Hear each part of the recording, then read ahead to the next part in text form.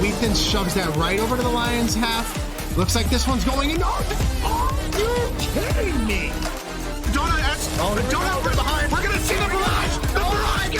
Oh my gosh, Nico is just dominating right now. What a play. That's disgusting. Oh my gosh. That was disgusting.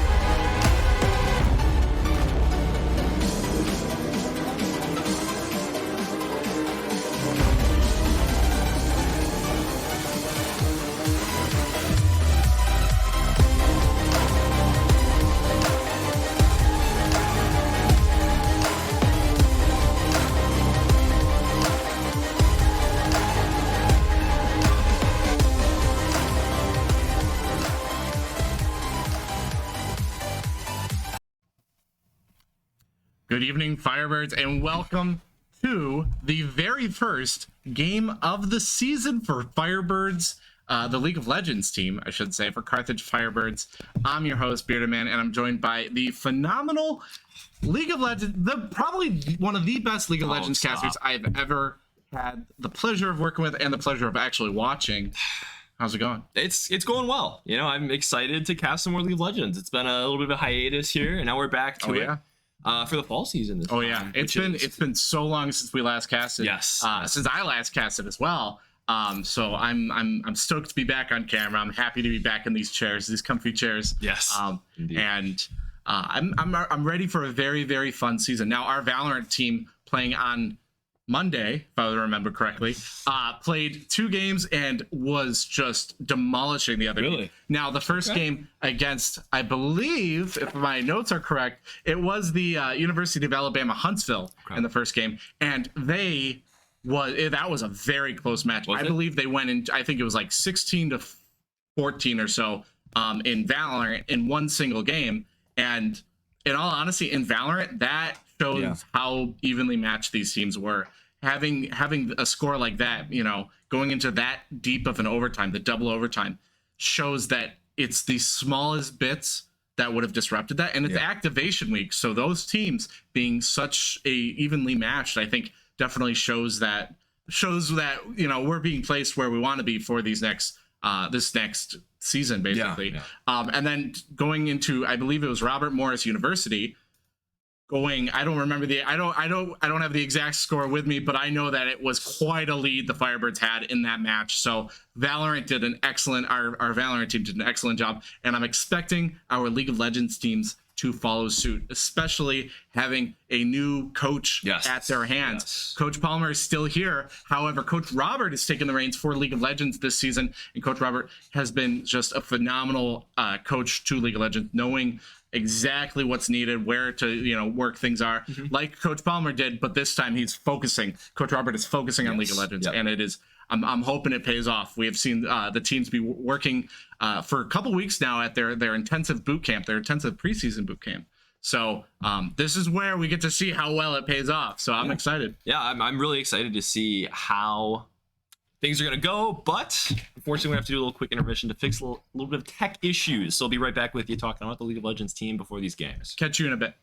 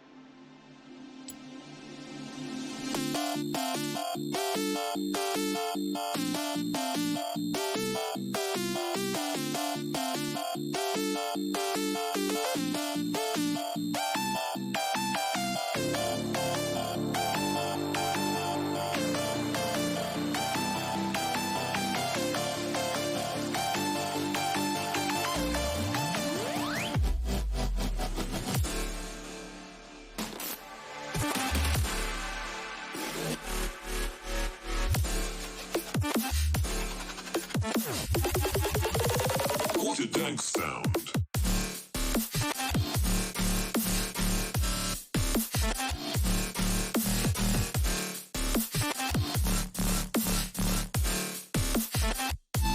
What is that?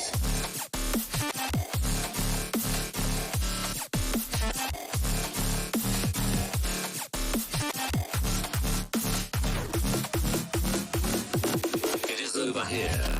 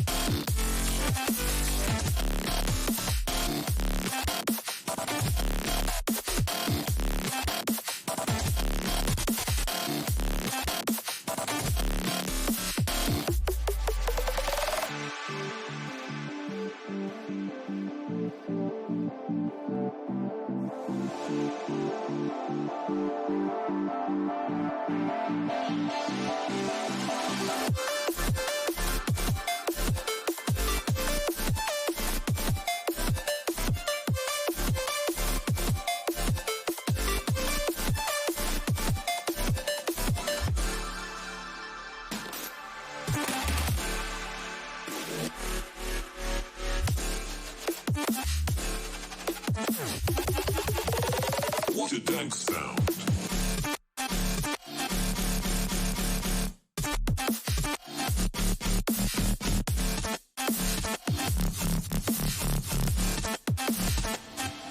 What is that?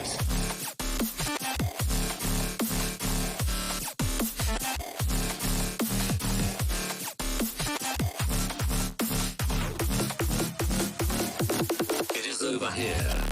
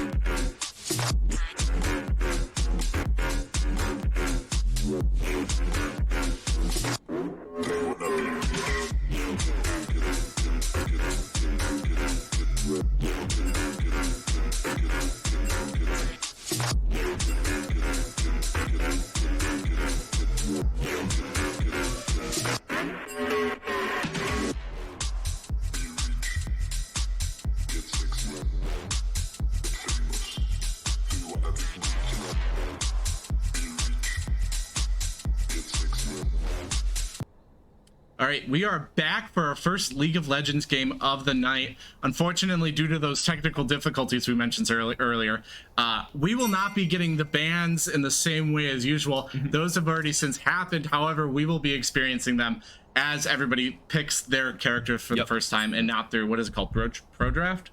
Yeah, so the Pro Draft program, we're just not going to be able to see that part, but that's okay, because we'll still get a similar experience when they're loading into Champ Select. We'll still see the bands, we'll still see the picks. Yeah, it's going to be a little bit more, you know, it's going to be faster. Yeah, because everything's already determined, but we are here to talk about it in that time, and we might even not have that spectator delay normally, because we'll be just discussing the fun stuff in that sense. Yes, draft. Favorite part of the game there. For me personally, at least, I like talking about the... what different drafts could do for the teams a lot. Obviously, I'm not going to have all of the information. I'm not a professional, but I can at least give you guys a little bit of insight as to what these different characters are going to do and how they're going to change the game for these two teams. And I'm really excited, especially as you talked about the new coach Robert, coming in to see how that changes draft. Because last year we had a lot of drafts that were kind of all over the place. Just a lot of like comfort, like what the players felt was best. It was really player driven. But now we have this coach. It'll be really interesting to see how he changes that and how he can hopefully improve on that. Oh yeah, I am so excited to see. Now stepping out there trying to fix our technical difficulties. I saw Coach Robert in comms talking with our team, pure strategy coming out right there. So we're already noticing, and that stuff, you know, Coach Palmer would do last year, but like it is intense, that draft moment. So but I'm glad we're here, glad we're back, and I'm glad we fixed it all. And I'm so excited to see. I'm excited to see what champs we're gonna see. Yeah, me too. I mean, you talked about the intensity of draft. I mean, you have a specific amount of time that you have to, you know, keep talking about your game plan that you had going into the draft, but also you're reacting to what the other person's picking. So if they choose something you're not expecting, it's like all of a sudden, well, we have to find an answer to this, and you have 30 seconds to make that pick. And you have a limited amount of time, so it definitely can put a lot of pressure on the team. You may go into the game expecting one strategy, but based on a singular ban or pick, you have to change that all up. You know, it seems like such a small part of the game, but it's actually arguably the most important part of the game. Because there are so many cases where, you know, the one team could pick this very, very solid comp. You know, it could be, you know, crowd control heavy, it could be damage heavy, it could be whatever, it could be scaling heavy. And if you don't counter that a certain way, it might be already game over before you even start the game. But the Firebirds have had that situation in the past and have actually come back from it. So I think we're going to see that it won't be as, you know, solidified in a sense up until, you know, later into the game. I mean, if I were to give a percentage of how much draft plays a role in each of these games, it could be anywhere from 25 to 40%. Because there are obviously games where you just cannot play into the enemy team. Like these characters are unplayable into this comp, but then still you can overcome that by just playing better than the enemy team. And I think that's something that's great about League of Legends. It's just it's so skill intensive. But anyways, we'll be getting to draft very soon now. Handing over, hopefully seeing what we got. First off, Luxspan classic. I mean, this is a champion that Pak has played to perfection, honestly, and very potent bot lane with Fyro and Pak there. Now we have the Xayah ban as well, a Fyro special. He's performed on it every single time that he's gotten it. On the other side, it looks like we're focusing on jungle bans with the Udyr and the Hecarim. Yes, now Udyr having that rework recently, definitely we're going to see, I'm sure we're going to see a lot more of him compared to last season. However, some people might not be as strong, you know, they might still be getting used to that rework. So I'm curious how well it's going to go. Now we are going to see JWU picking Dr. Mundo right away, and the Firebirds retaliating with an Aatrox and Sejuani. Now Aatrox probably gonna be that top lane pick for the Firebirds, especially under Pawsey Guy. Yep, it's in order. Oh, it is. Okay. Yeah, there you go. So Pawsey Guy in the top lane. We've seen so many amazing plays from Pawsey Guy in that top lane. Now Pagarian going Sejuani. I think that's a solid pick with that CC, that root, like nearly guaranteed in a sense. And we are going to see also a Kog'Maw ban from the Firebirds. And onto the JWU, we're going to see Dr. Mundo, Lilia, and Vel'Koz. Dr. Mundo and Aatrox, what do you think of that? I like Aatrox more into Dr. Mundo, but honestly, It's all going to come down to who plays the lane better. Oh, yeah. Mundo does have that little spell shield that's going to immune one of the knockups that Aatrox is going to throw at him, which potentially could turn the fight if he plays that well enough. But really, we have to see as far as how they're playing it. Now, coming down to the bot lane, we've got Sivir for Fyro and then Caitlyn for Laladay here. Caitlyn, very good early game ADC, hoping to punish that Sivir that they're picking here, as well as the Seraphine coming out. I am so happy. I'm a big Seraphine fan, and it brings me so much joy to see Seraphine play in the bot lane. Now, against the Lulu Sivir, that's hard to say. Now, Seraphine has more damage than Lulu, but Lulu has that extra attack speed, move speed, and the polymorph, which against the Caitlyn, I don't think the polymorph will be too useful, but against the Lilia, Vel'Koz, Dr. Mundo, I think the polymorph will save them in a few instances. Yeah, absolutely. So just from what I'm seeing so far, it looks like the JWU, We will get a mascot in a second. Yes, absolutely. We'll get back to you on that one. But it looks like JWU is going for a little bit more of a poke comp. So they've got the Vel'Koz, they've got Caitlyn, they've got Seraphine. All these champions can hit the Firebirds from a very far ways away. So they're probably going to want to stall the fight out a little bit. If they're trying to contest an objective, like they're trying to fight a dragon, they'll probably try to stall that a little bit so they can get their extra damage off from range. While the Firebirds just kind of have to sit back. You have Sivir Lulu, which very, very strong bot lane, scales incredibly well. But it's very, very low range. You need that frontliner to hit to really maximize that Sivir damage. Veigar does have some of those long range abilities, but it can be easy to dodge at that range. So you really need to get on top of these backline carries in the Vel'Koz, the Caitlyn, even the Seraphine with her healing over over a fight. You really need to get on top of them in order to win this here. Now, I'm curious with Seraphine, and this is, again, coming from a Seraphine main, I'm curious the approach. Now, a lot of Seraphine mains will build Leandri's Anguish, getting that burn damage, or we might see a Moonstone. Now, Moonstone giving that extra added heals, that more of a support item.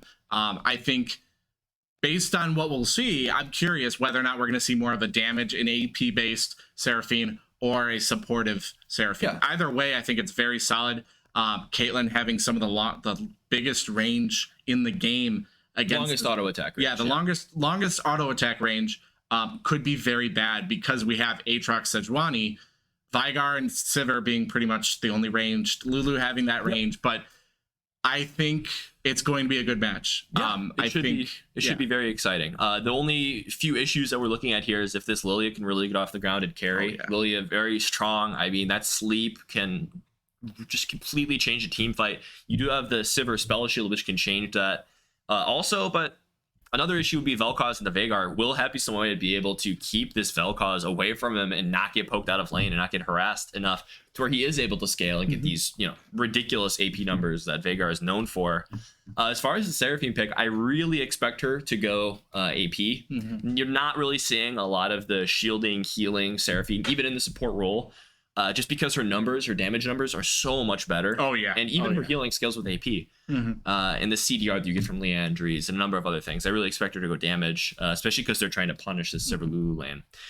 Yeah, now, and also, we've seen some amazing Happy Samoyed under Veigar. We've seen so many games where Happy Samoyed just dominates on Veigar. So I'm hoping this is one of those games, especially going into the late game. Now, who's scaling? Do you think the Firebirds are a better late game? Yes, easily. Honestly, Sivir, Veigar, Lulu alone could carry a team fight. I mean, Sivir is one of, if not the best late game ADC in the entire game. The Vel'Koz is absolutely going to scale. The Seraphine is absolutely going to get scary. The Lilia is going to get scary. But just the damage that this Veigar and the Sivir are going to be putting out in the late game, it's going to be really tough from a deal with, especially because I don't know where Dr. Mundo stands in these fights. Because what Sivir is known for is using her W, the Ricochet, to just hit whatever the tank is and have her little auto attacks bounce around and essentially just kill the whole enemy team.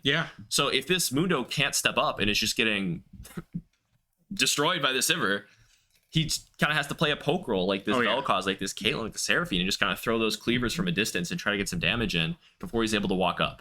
Yeah, I'm excited to see what we're going into. I'm thinking the Firebirds might, especially in that top lane, might succeed early game, but ultimately the late game will be where they thrive.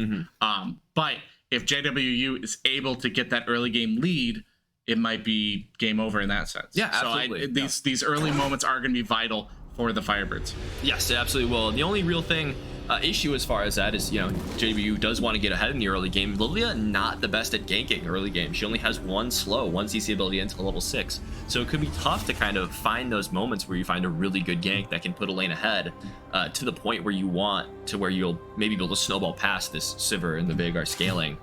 But as far as just a conclusion of draft, Hearth is much more standard as far as what we're seeing in the pro play. Especially the Sivir Lulu, this Sejuani jungle, the Aatrox, all our picks that are seen very often in pro play, where JW going for something probably a little more unique. So we'll see if they'll be used to that matchup and be able to scale and just sit back until they're able to win these fights. Oh yeah, I am so excited to see what's going to go. Now, unfortunately, it does look like we have yet more technical difficulties right now. So I believe we're going to probably have to cut to a quick little break while we get those situated and be back. Hopefully with the actual game ready for you all and not more technical difficulties. So we will catch you in a quick sec.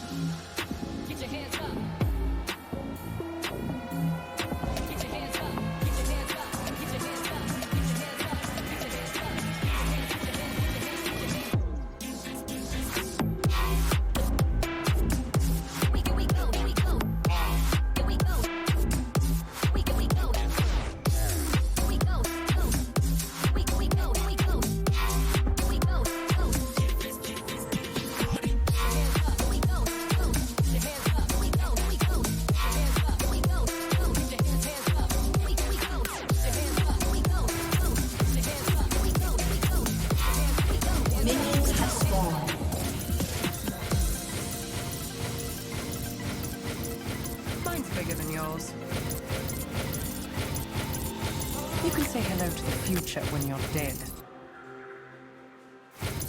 We are back and fixed those technical difficulties, so we are back. Fortunately, we fixed them, so we're back and we didn't miss anything. Well, okay, we aren't half speed. We are half speed, but we'll get there. We are slowly but surely. The game will come to you. Oh yeah, we're just gonna talk very slowly. How do you match the speed of the game? How do you feel about the game so far? I think it's rather early on to I'm getting really tired. I think it's gonna be really. There we go. We are back and ready to talking about full speed, and we are ready for that. So, right off the bat, we are going to see JWU going into the red plane, or the red buff. Oh, now we're back to the slow speed. It's the first game of this season, so it would not be a normal early game without technical difficulties. Indeed. Oh, we're slowed down again. Going back. All right, there we go. Pretty standard start here for the junglers. Like talking about junglers because that's usually where the action is going to be. Got the Sejuani starting in the top side, trying to get the bot lane ahead. They're expecting this bot lane to be pushed up and easy to gank in the early game. Past that, we're waiting for it. We are back in slow motion. I don't know what's happening, but it's going in and out and It regular is. speed. Yes, it is. So We'll I think find there might be some rebinding issues that are like messing up Yeah, with their maybe, streaming software. maybe. I can see that equal sign is definitely one of the hotkeys that we might be hitting, unfortunately. I didn't realize there was a dolphin in the ocean song. I don't have that skin, unfortunately. I only You don't use even the have it. KD All That's Out. crazy. I know. I only use the KD All Out skin, the one that I. It's a good skin. Oh yeah, it's my favorite. I'm a big fan of it. We had level 2 first. That's a good trade by the time. See, this is great. We have time to talk about Exactly. whatever we want. This is such a fast-paced game, but now we can understand what's happening. Look at it. Oh, it's live speed. It's like we're watching The Matrix. It's just everything's in slow motion. All right. Okay. Now we're back. See how long this. All right. Just 3 seconds. Oh, fire does hit the wave, so it could be sitting there. That's gonna make it difficult for the Sejuani to gank, just because if you see how close the Kayle and the Seraphine are to their tower, it could be a little difficult for the jungler to come in and actually impact that lane. Otherwise, that's a lot of damage on Happy Swain early. It's not really what you're looking for. Now we do see that the blue team is going to be leading really early on with about a 300 gold difference. 200 gold. Now, okay. I can't. It's about 200 to 300 gold, which honestly can be closed if the Firebirds are able to get a kill real quick. And we are seeing Pazziai, who's going to be doing a lot of damage into the Dr. Mundo, but not enough. Very good trade there off in the top lane. He took a really bad one early, so I wasn't really knowing what to expect out of this matchup, but just brings it right back, and Dr. Mundo has to use some of those potions. Anyways, we're back to the bot lane. We do see bot lane is pushed up as we were talking about. And remember we said at minute 1, the jungler is starting top side. Now he's coming down bot side. We're going to be seeing a gank here. Pagarian coming in, maybe able to find a kill. They might just blow a summoner here. Diz get the knockup. She has to flash away from a ghost.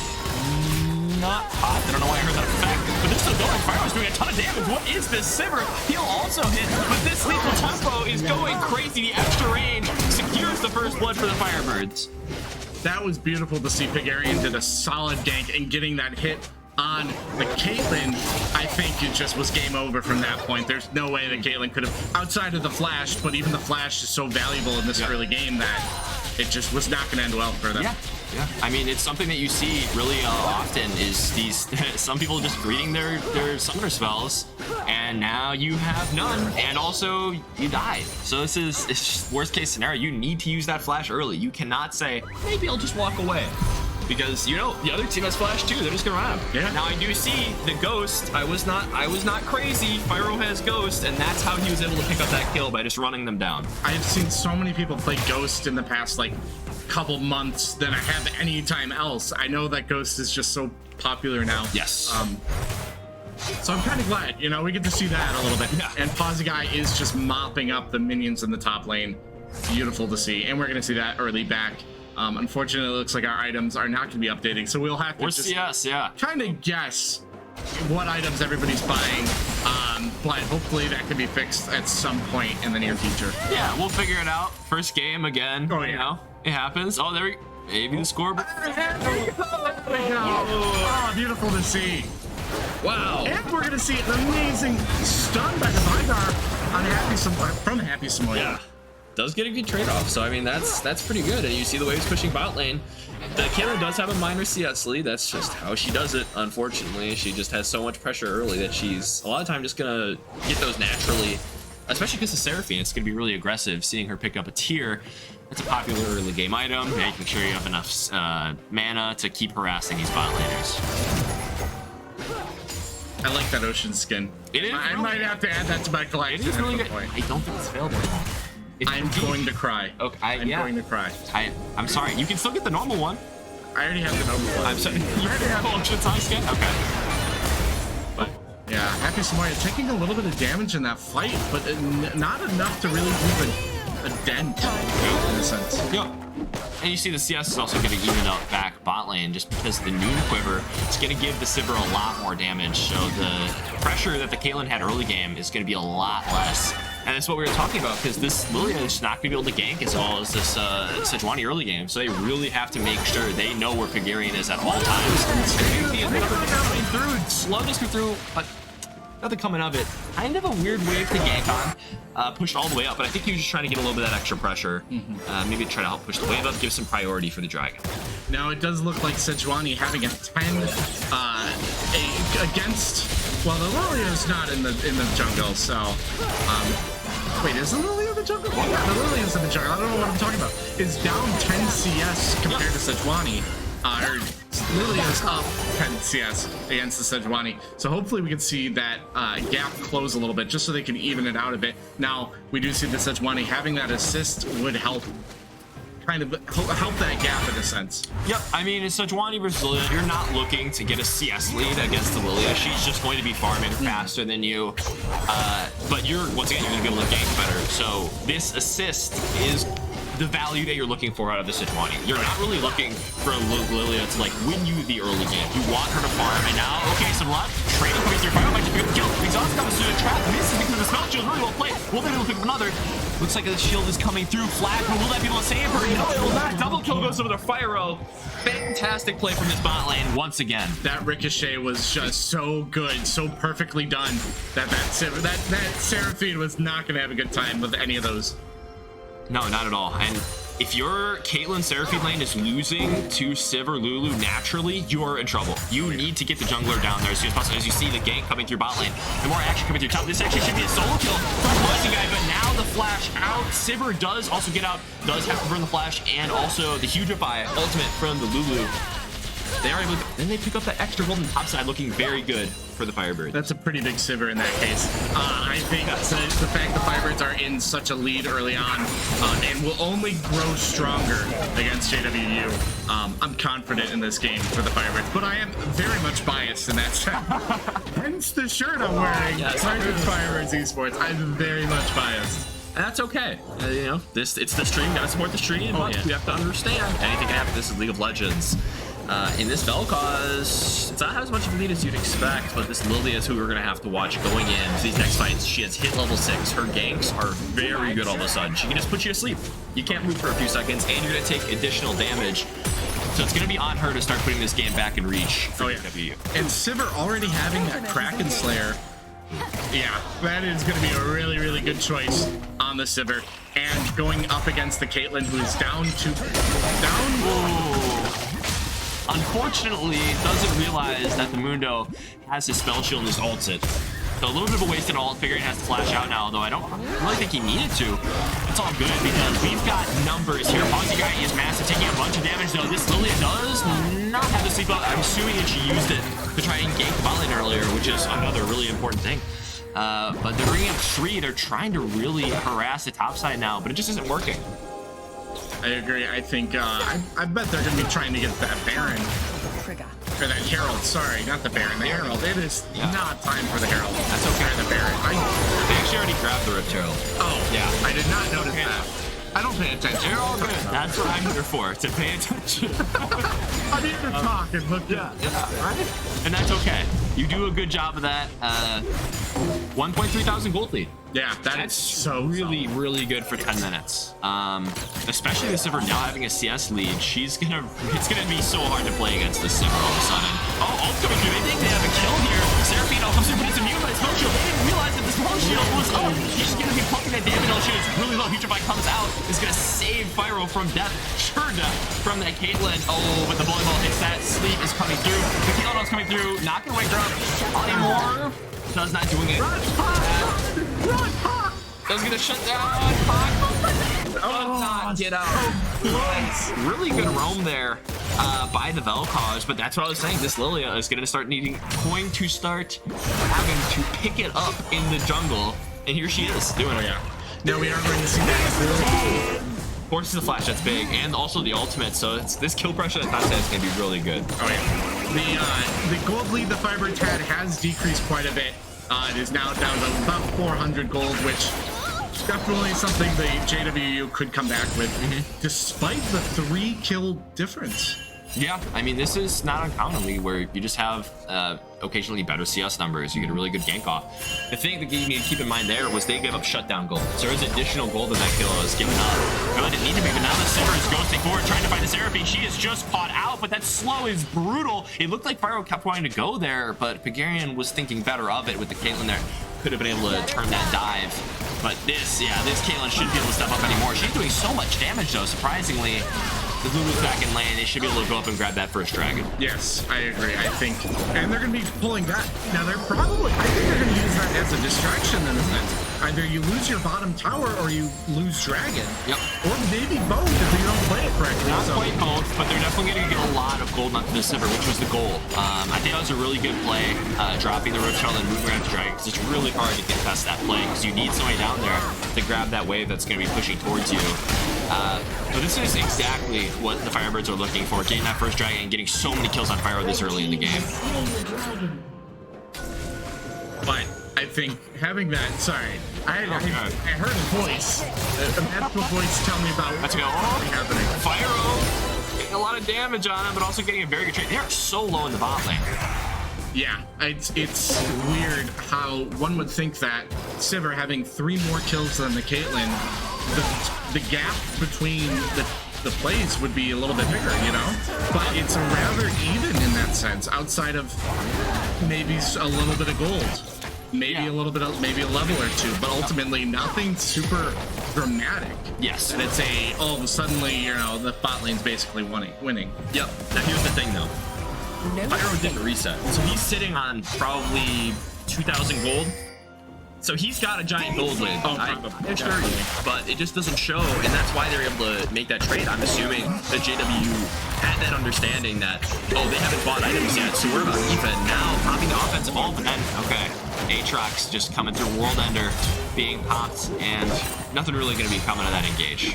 Yeah, and I think Mundo having the Bramble right off the bat, I think will definitely help a bit. Not the Bramble. It is the Thornmail, sorry. I think that might help a lot of the healing that Aatrox might get. Yep. Because Aatrox is going to have so much damage, some of that Omni-Vamp might come over and bite them in the butt in a sense, you know? Yeah, I think it's a really good buy, just understanding how much healing this Aatrox is going to have. They're not going to be able to win lane anymore. So you might as well just live. Yeah. And that's what I expect this Mundo to do. I don't think there's going to be too much more action on the top side, unless they're going to be fighting over that Rift Herald. I think all of our eyes have to be looking at the bot lane, getting this Caitlyn back into the game, and stopping Pyro from this massacre that's been going on, quite frankly. Yeah, I agree. And now that circle, I completely forgot what it's called, from Vygar stopping that Lilia from the gank. I think that was stopping a really important play for JWU. Yeah, absolutely. So it's good to see. Deep down. Yeah. You can see Fyro kind of think that. However, Fyro has still yet to back. No, he did. He got his seal and he got his boots and stuff. Yeah, you're good. It's okay. It's the first game of the year. I promise I know what I'm doing, and I've played this game before. That is okay, but now you see, this is why that Caitlyn lane can be so punishing. She still does so much damage despite being so behind as teleport play coming through. They want to get a kill. They think they're pushed up, but they have vision. They're just going to back away here. Really smart ward there by JWU. And despite getting blasted early game, this Caitlyn is still pretty useful getting that skill there. Oh, yes. JW definitely has come back, I think. Yeah. If they get this Herald, they're going to get probably another bit of tower damage. Despite the, 300 gold difference, it's going to be like Firebirds need to come back. They need to regain, grow their gold gap, especially. Absolutely.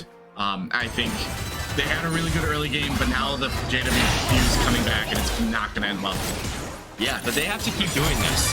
The thing about gold leads in League of Legends is you can look up and say, oh, they've got a 400 gold lead. Like, sure, they might be winning, but a lot of the times that only amounts to one item. That's a longsword. That's 10 attack damage. And if that's spread out across multiple people, you think if that 400 gold is spread across 5 members, it's like, whatever, like 80 gold apiece roughly. That doesn't really mean anything.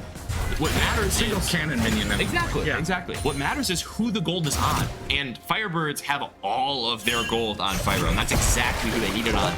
So despite there only being a very small gold lead in that matter, they have their first dragon, and they have a ton of gold in the Sivir. They're definitely in the lead in my books. Now, we did see the Sivir and Lulu attempt to almost gank the bot lane, because now it's just Vygar against the Seraphine and Caitlyn. But there was a perfectly placed ward that basically foiled their entire plan, and they had to go back to mid lane. Yeah, and there you see, once again, the Mudo have to pop that ult defensively. This is just a really hard lane to play for him. He's already got that kill. He's got the Gore Drinker already completed. Really tanky team. It's going to be very interesting to see how these late game teamfights play out. Flash hard. This Veigar is big too, apparently. My God. Two-man sleep, but will it matter? No. 2 kills go to Happy Samoy and the Veigar. And JWU has got to be sweating at this point. Oh, yeah. I think that was a good play from the Firebirds and probably just secured them quite a bit of time in the lead. I think that ultimate from Veigar, Happy Samoyed, was just, that was it. That was the moment I think we saw JWU just go back quite a bit. Yeah, I mean, that's 2 kills on a champion that infinitely scales. He's already got his Predator boots. He's got his Everfrost.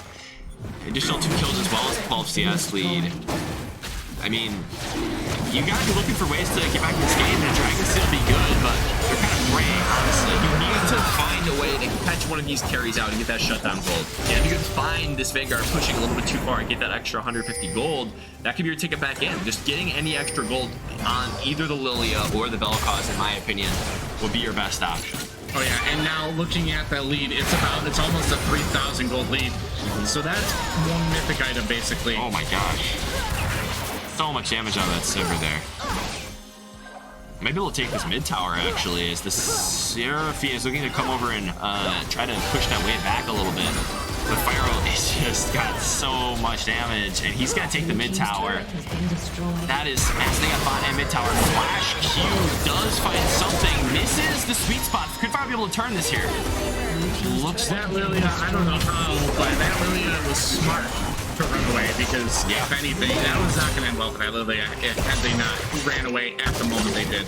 Absolutely. If she didn't run away, she absolutely would have died. The damage by the Sever is just too much.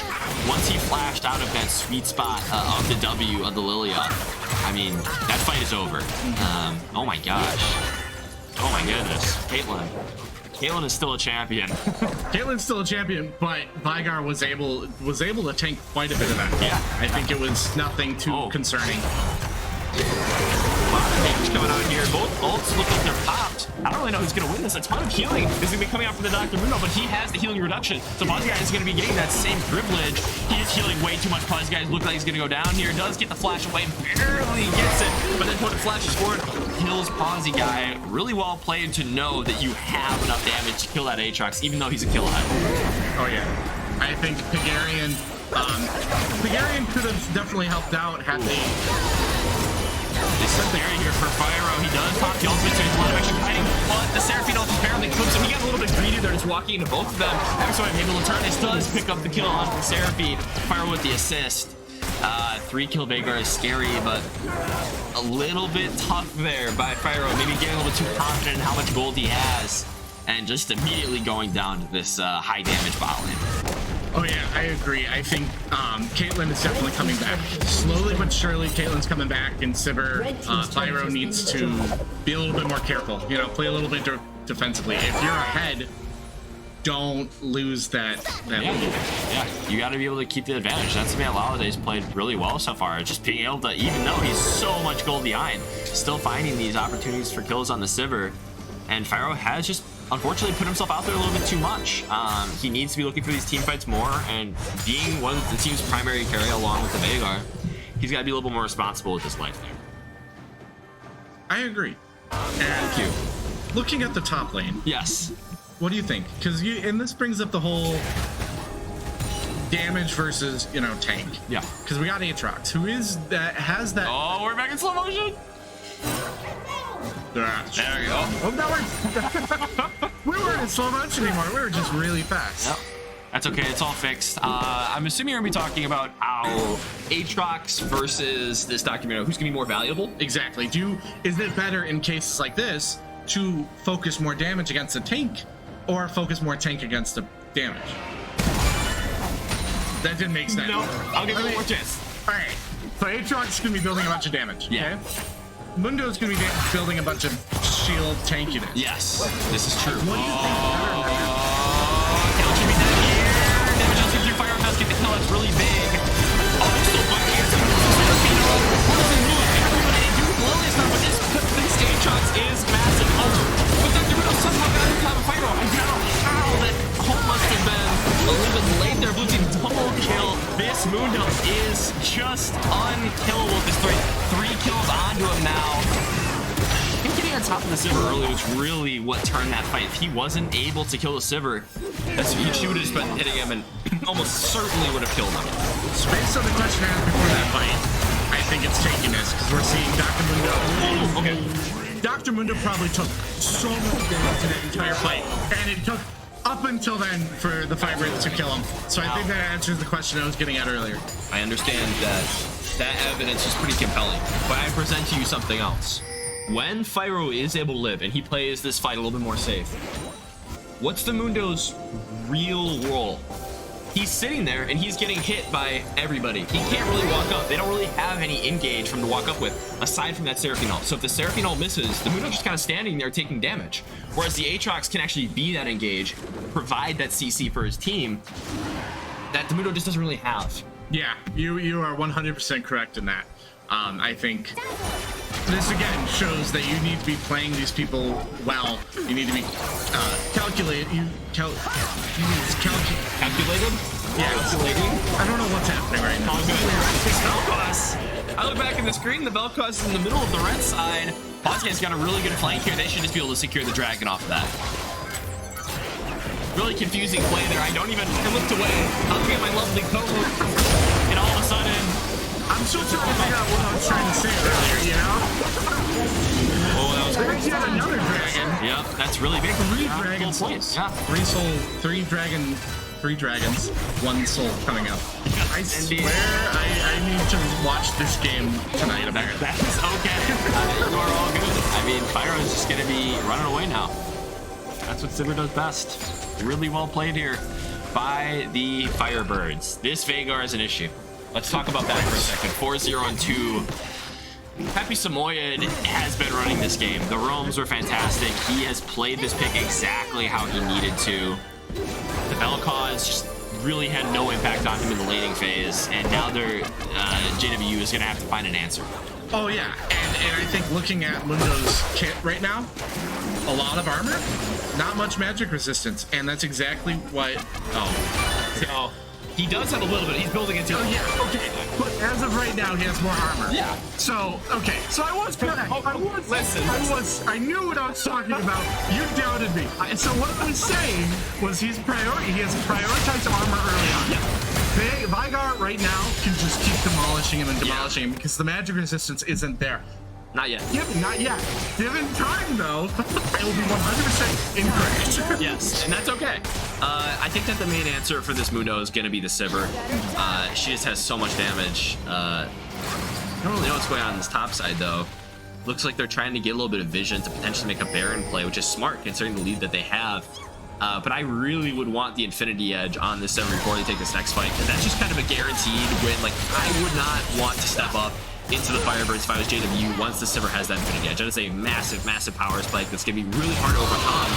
Especially since, they're just looking for the solo kill. Don't sidestep that E there, the net. Thank God, we're not just completely missing the damage coming up from Fyro. Wow. I was not expecting that. Wow.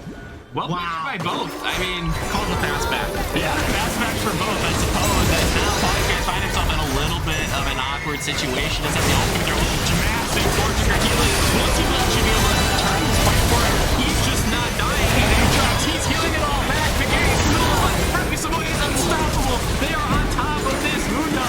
They are operating kill 2. Now looking for a thermal brigade, but now no. Double kill over the Sejuani, and massive, massive team fight win for the Firebirds. Okay, you know what's heartbreaking though?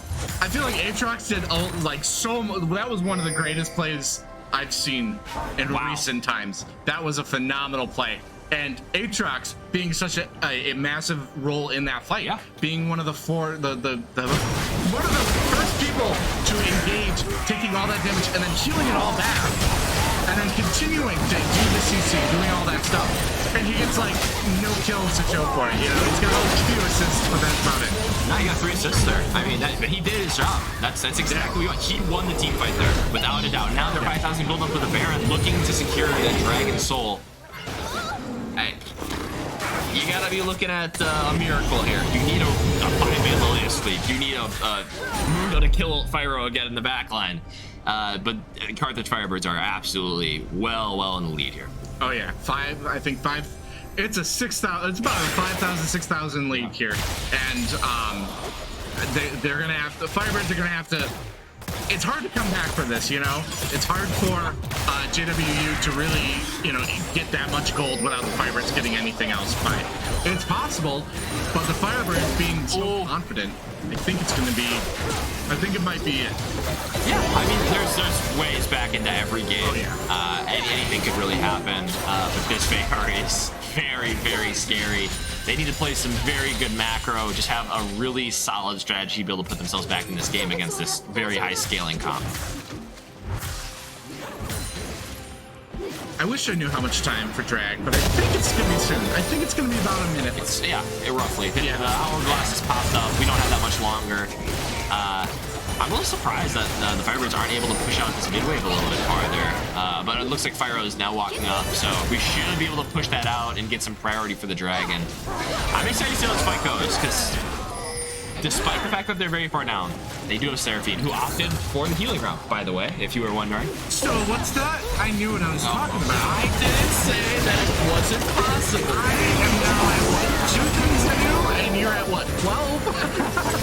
Sorry, you're making your way back. That's on that 2-inch or 1-inch on the. Oh my god, the hit on the Veigar, that's massive. Oh my god, you're getting some massive CC. And Pazzi guy is shredding everyone. Pazzi guy is massive right now, in figuratively and literally using that brutal ult to just grow. He is horrible, but he's like showing it. He's big. He is big, and that's the Dragon Soul. And now the Firebirds looking to close out this game. Oh yeah, and Hextech Soul. Yep, that's very good. I think Hextech Soul's phenomenal. But now, what are your thoughts on? Now that we got a little bit of a time, yeah. What are your thoughts on the new upcoming Chemtech Dragon? I've got a confession to make. What? I played a lot of League of Legends. I haven't looked at the preseason. Pyro killed somebody. I don't think that's At this point, we don't know. We're gonna just matter of fact, nothing surprises us. And Krax gets the tower. Yep. Cage goes down, Seraphine's dead. Pause, the guy runs away, gonna get some healing soon. Yep. Pyro's gonna melt on this turret. 2 flashes come through. Pyro runs away Really fast. They pick up another turret. Anyways, they're just close out this game. I mean, Pause, the guy's just barely surviving. I continue to be surprised how JWU keeps pulling out these. I mean, they just keep almost killing people. They killed. I thought that fight was over. I thought when they killed the Veigar that it was like, oh wow, okay, that's a ton of damage gone. But that Pazzi guy just activating the World Ender and jumping into the whole enemy team. Oh, yeah. That was Pause, the guy in that moment right there, he was only mostly dead, you know. And like from the Princess Bride, only mostly dead. Yeah, He's still a little bit. Pazzi guy is Wesley. Oh yeah. Oh, God. Spoilers. Spoilers. The Judge Tyler Roberts. Yes. Oh no, it's revealed by that point, actually. Yeah. Okay, we're fine. Inconceivable. Yeah. Oh, that's there you go. Just drop. You gotta throw that around, you know. You mentioned that movie. You gotta. It's really, you don't have a choice. Oh no. A little bit of a weird thing that I haven't even realized here. Fyro has the most kill participation, or tied with Pac actually, for the whole team, which is actually really strange almost for most teams, because you usually see the jungler and the support having the most kill participation. But it looks like this bot lane for the Firebird has been really running the game, and obviously the kills, and I'm sure the damage will show that. Oh yeah. And technically, Sivir does win by 1 single assist or 1 kill. It's just so Pac is number 2 in a sense. It's even. 7 plus 8 is 15. Oh no, okay, I was not taking. You were about to. Right. You're on 13. I'm still at 2. I swear, if my math professor's watching, I am so sorry. I can't do. I'm a psych rich. I haven't taken math in like 3 years. I had a minor in math, so something's wrong. Wow. Yeah. I can't do I can do advanced calculus, but I can't do basic math. I've got you on addition and subtraction. I'll take that one. Being out there, being away from the rest of the team. She's really fast. Can we just say that? Oh, okay, Fyro's just. Okay, that is a lot of damage. Remember, he's taking over the fight. Our camera's going wild.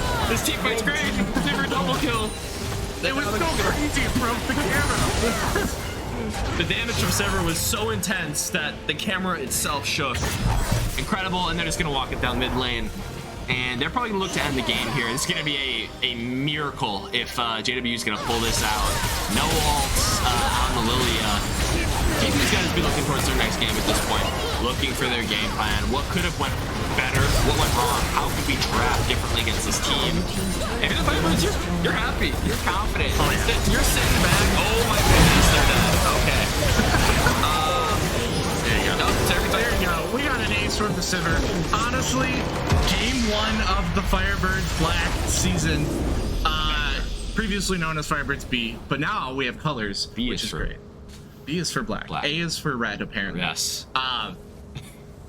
That was a phenomenal game for game 1. Very, very. They have another game coming up at, I believe, 7 p.m. Okay. So in about 3 minutes. All right. That's excellent. Wow. So there's going to be plenty of League of Legends tonight. I promise you. And that's exciting. Yeah. We love that. I'm so excited. So we are going to take just a little bit of a break between games while both teams kind of get situated. And we'll be back now. I believe I will be swapping out with yet another phenomenal league caster. But I will keep it. I will keep it a surprise for who will be replacing me. But I'm here. For those watching, thank you so much for watching. Stay tuned if you want more League of Legends. And see you in a bit. Yeah.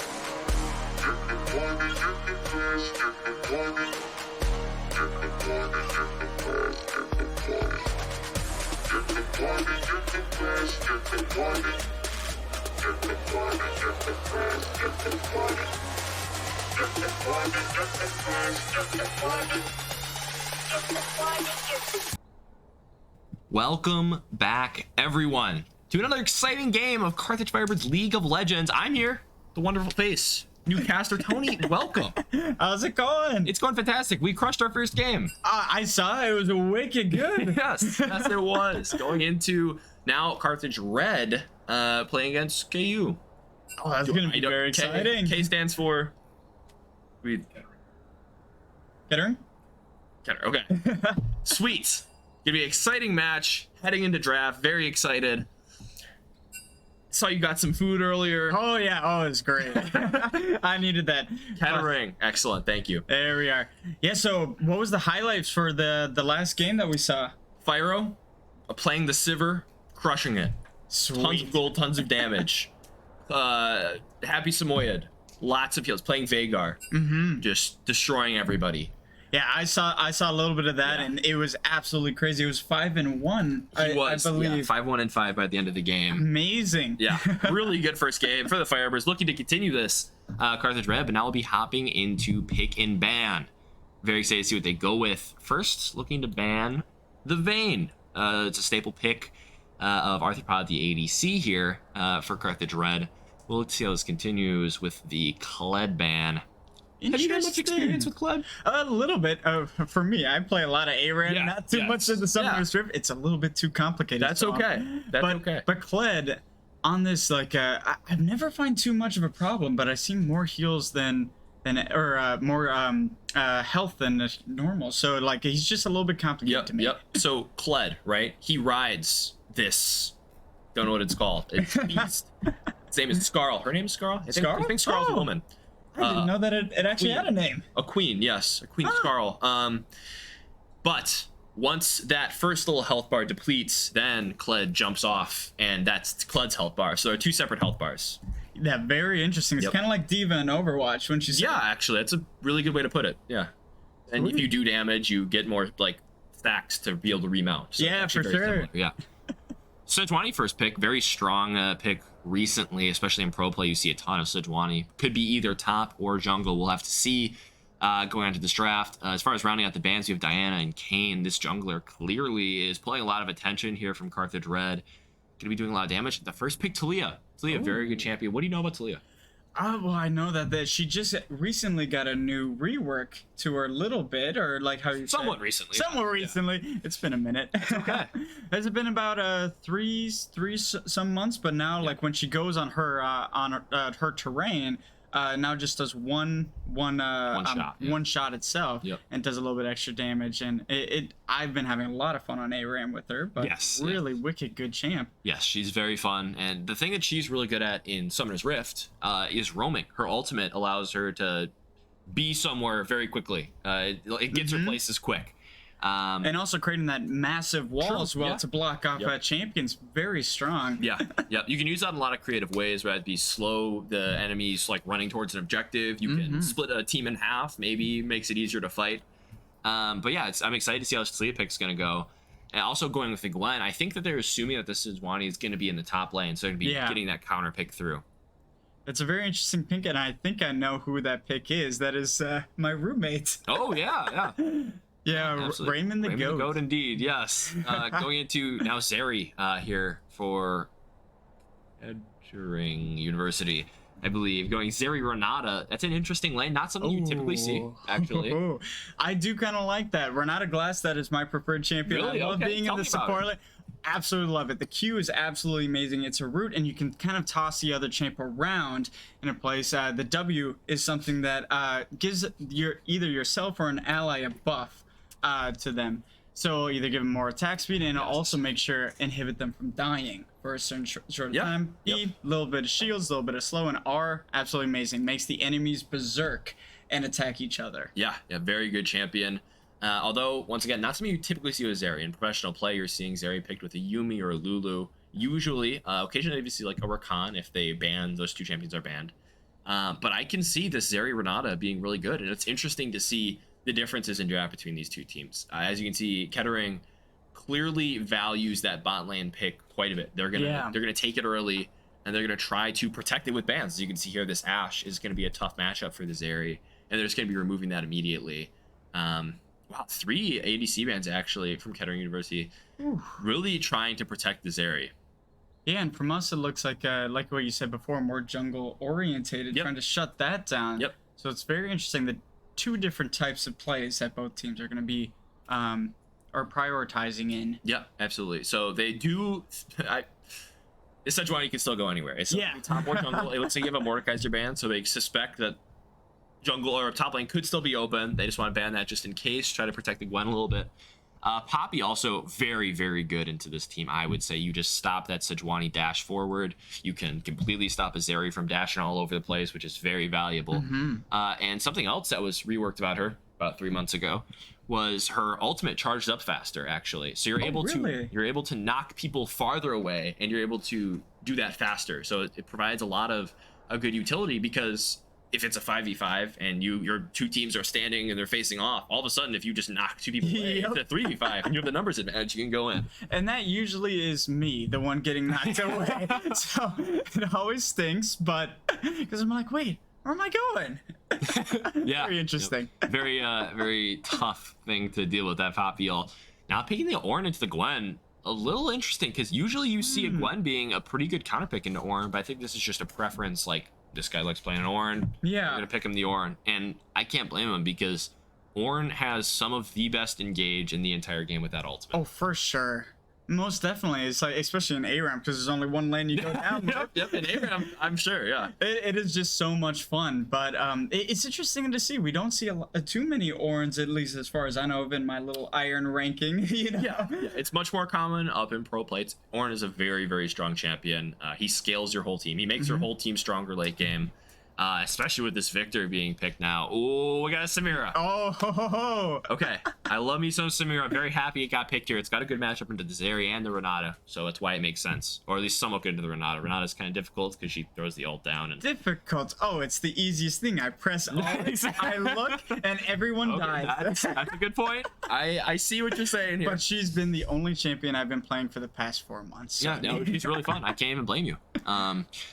But yeah, looking back on this, Thresh Samira, not a lane that you typically usually see paired with a Nautilus, but it still could work very, very well. Oh, most definitely. Hooking them in and Samira just getting a combo off and getting to that R immediately could be deadly. Yep. Very much looking forward to that. Absolutely. And the Victor into the Talia is going to be very interesting because getting back into the swing of things. The Talia against the Victor is going to be a really important matchup too, because if you let this Victor get too far ahead in that early game, there's not a ton that you can actually do to deal with it. I mean, the Samira, although she's got damage, as far as what she can do to counter the Victor, it's going to be tough. Yeah, for sure. It's going to be very interesting to see how this will all play out. Like, in my opinion, I've seen more strategies revolving the one on Catering's team. So it's going to be a little bit different seeing it on the other side. Yeah. Most of the time, I will be banning Samira or Thresh. I do not like playing against them. But because they are strong. But I don't see too many poppies. But I get that. You guys get the iron perspective from me. And what rank were you? I never asked that. Gold 4. So not great. To me, that's like a top 500 in my eyes. Because Yep, nothing crazy, but you know, that gives me enough knowledge to at least give you some somewhat accurate commentary, hopefully. Yeah, rather than me just dissecting TFT rather than the actual game itself. How's Poppy in TFT? Is Poppy, she even in the next set? She might be in the next set. I haven't actually looked at the new set. But Poppy is actually very popular in pro play. This is a very common, as far as the Talia and the Poppy especially, very common in pro play. The Gwen is something you're not seeing as much anymore. She got changed a little bit, so she doesn't do as much true damage. I heard that when my roommate saw that, and he was completely upset about that. Yeah, I can see. I don't think he's playing her. I mean, that's really frustrating, I'm sure. But realistically, that doesn't really do too much as far as making Gwen viable or not. Yeah. The real the point of Gwen is you get the W immune and you have a ton of healing. Oh yeah. And the true damage is great, and she still has that. Yeah. And her ultimate's very good. And the best part about the ult, it also got reworked a bit ago, where it's just like you don't have to snip another person. You just have to wait another second or so. So what he's talking about here is the ultimate. You don't originally you would have to use your ultimate and then either auto attack or use an ability, and then it would reset the ultimate's cooldown. But now you can use the ultimate, and then after a second you'll have another chance to use the ultimate. The weak fear the shadows. Fear controls them. This game sound is just deafening. Oh, I just love hearing it. And I have some really bad headphones, so it's just like I can barely hear like anything. But hearing this, I can hear the bass boost and all that. I'm getting hyped up. Voice was really, that was really cool there. Talking about some keys. Let's actually pivot here into some keys to success for both teams. What I'm looking at for Kettering, a lot of scaling. That Zeri, the Ornn, and the Victor, like the big three of scaling. In my opinion, as far as in pro play that you're seeing, Zeri is able to take over fights if she is not punished in the early game. That ultimate making her so fast, doing so much extra damage to the whole team actually, is devastating. You have Ornn, who best scaling top lane in the game outside of Kill, Nasus, Infinite Staggers. But Ornn being able to upgrade the mythic items of this Zeri, of the Victor, is also going to play a huge role. So if they're able to not get punished too hard in the early game by this Taliyah, by this Poppy, by the Samira, it's going to be hard for Kratha Dread to play. Renata ultimate is so good at shutting down Samira. Oh, most definitely. Yeah, and especially when it gives you 100% attack speed as well. It's just like she can murder the entire team. Yeah, it's going to be really tough, especially having two auto attackers in the Gwen and the Samira. Although Gwen is able to, just immune it, go under her little veil thing. For sure. Yeah, it's a bummer that Gwen can't protect her other allies at the same time. That would be very silly. It would be very silly, very broken. Yes. But for the Firebirds, they gotta shut these guys down as soon as possible. I'm saying so. Playing a little bit more aggressive early game. Do you think that's where the Firebirds are gonna go? Oh, absolutely, 100%. With this Poppy and the Taliyah, hopefully roaming around the map together, picking up these kills. That's going to be their key to success. I would definitely look for Taliyah to make some roams early game, go to the top lane, go to the bot lane. Hopefully with this Poppy, and make some kills happen on either lane to try and put them ahead. Because if you let this Ornn or this Zeri just sit there and don't really do anything against it, it's going to be really, really hard once you get to that 20-25 minute mark or that 3-item spike. For sure, yeah. Hopefully the Firebirds can do it. This is going to be a wicked good match coming up, though. It should be a lot of action. I mean, you got Sejuani and Poppy, both champions that want to be making things happen in the early game. I think we're in for a good one. Oh, for sure. And with that, are we going on a quick break? Yeah, we are going straight into the stream delay. We'll catch you in a couple minutes.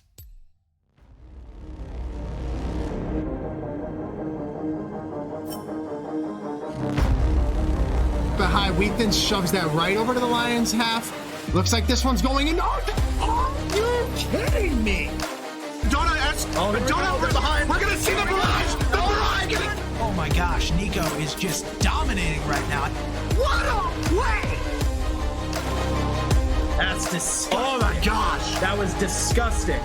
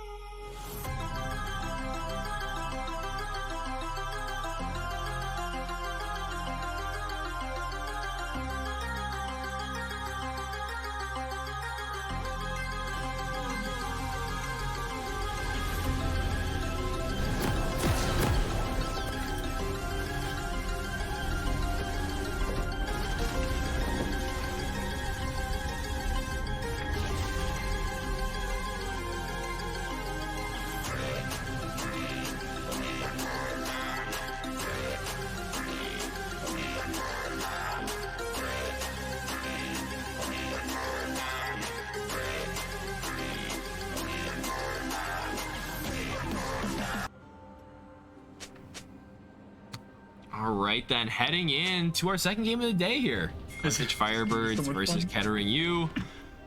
Very excited to hop into this one. It's gonna be a blast. Oh, for sure. Dan, it's looking we got a lot of good skins to look at this entire game.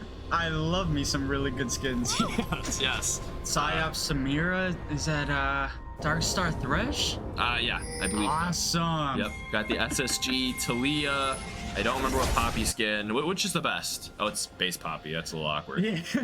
That's okay though. It stands out like a sore thumb. It does, but we don't worry about it. It's a great champion design, nonetheless. What's your favorite skin here? Because I am a Renata Glassmaiden, it's the only. Can't be so biased here. Come on. It's the only skin that I've ever purchased. I gotta go with Admiral Glask. It is so cool as a marketing major. Having a marketing champion in the game makes me really happy. Marketing champion. Yeah, like a business thing. Oh, a business. Oh, yeah. Okay, I see. Because he has so many like marketing references. Yeah, I'm like, I just learned that in my class, and I'm like, wow, it's so cool. That is pretty sweet. I didn't really. Yeah, it makes sense why you like Renata so much. Then. Business. All right, business. Okay, let's look at the runes a little bit. See if we can spot anything out of the ordinary. Something a little bit interesting that we could find in the bot lane for Kettering University. We do have the Ghost Flash here for the Zeri, and the Renata actually taking heal. That's going to be a very good defensive rune set. They're going to be able to run away very quickly. And the Ghost also going to help the Zeri get those stacks later in the game. Do you know how Zeri works, my friend? A little bit. My roommate loves to also play in the bot lane, so it teaches me a little bit. But I know that instead of just auto attacking, her Q is more for auto attack, and the more she runs around, it builds up this charge meter. If you can see it on the side of the screen, and if you use your auto attack, it slows them down a little bit. Yep. It does scaling damage based on how low their health is as well. The main reason that Zeri is good, though, is her ultimate ability. Oh, yeah. When you use your ultimate, if you're hitting anybody else, then you'll start to get these stacks. I don't remember what they're called. We'll call them overdrive stacks for now. Yeah. they make you get faster. So they steal movement speed essentially. It makes her gain movement speed, and then she's basically unhittable, and she's also doing more damage with her ultimate. And doesn't the lightning also change to other champions as well? It's just you barely have to look at anyone, and it's hitting everybody. Yep, exactly. So she's a very strong late game champion. One thing I didn't notice before is they've actually got the big little plan. That's gonna be a good little trade there. Very well played there by Dragon of Scarth Prod. An interesting thing here is that it's actually Dragon of Dusk in the support role instead of Proliferate, who I believe is the other player. Maybe trying to trick them a little bit, just switch it up on Kettering. But he is a Thresh main. It is unsurprised that they were able to pick that for. Yeah, it's a very nice thing just to confuse the opponents, and hopefully that is what they were thinking as well. Yep, indeed. It's going to be a good start here, as now it looks like the Hail gank comes through. Flash would have been nice there. Let me the exhaust doesn't really end up doing much. This whole Sejuani rune page and summoner spell is a little bit weird. Yeah. Also taking phase rush. Usually you're gonna go with the aftershock, but phase rush obviously gonna make you very, very fast, able to run around, hopefully CC multiple members. Maybe they think that's the only way they're gonna catch Arthropod. We'll see. We'll see how it plays out, how much value that I rarely see a Sejuani in the jungle. What are like the main runes that you would pick? Usually your keystone is going to be aftershock, so you're going to gain extra resistances, have a little burst of damage after you CC somebody. And then obviously it's just dealer's choice for the rest of it. This ward's going to spot out Allspice here. Not really much going to be coming of this gank, but they will clear that. So hopefully they'll be able to start something later. Once again, we cannot see the CS numbers or items, so if we could just reset that scoreboard. Tech team, we're on it. Scoreboard, and we're back. Okay, now we can see little advantages that have been happening across the match. We haven't seen this Talia gaining a slight CS advantage. That's something you can expect. I think that Talia is gonna beat the Victor and Lanus. Oh, they have a solo kill on the top lane already. Will the Ignite take that fast enough? First blood heading over to Raven the Goat. Really well played there. Oh, it's great to see. I know he's happy right now in his chair. Oh, I'm sure. I mean, oh, could be a little good gank here, although Allspice gets there a little bit late for this one. Blitzkrieg able to stop it from being too effective. Does have to pop the ghost on the Talia as well. Something else I didn't notice. Yeah, but it looks like that Kettering's gonna have to back up just a little bit, especially that Sejuani at such low health. Yeah, it's a little scary here. I mean, having your Ornn die within the first 5 minutes of the game is tough, especially into such a good scaling pick that Gwen. Yeah, it's like what we were saying earlier, trying to stop that scaling early on, and hopefully that's on the top's mind and everyone else's as well. Open, here's another brawl. Yep, really, that was a good trade there by the Ornn. Just really having a good idea of how much damage all his abilities are going to do. Being hard for him to go to trade, as you see, getting that snip off a little bit to the left, not going to get that true damage. It's the best name for an ability ever. Snip. The lady with the scissors. Oh, that's a lot of damage. He needs to start running away. Yeah, this is going to be scary for this Ornn up in the top lane. Does have the ultimate now. It's going to be a lot more ability to actually kill the Ornn. He's just going to run her down. Oh, he goes in. This is really interesting here because once again, there it goes. He has no ultimate. This is really strange. He might go find 2 solo kills and then the first 6 minutes of the game.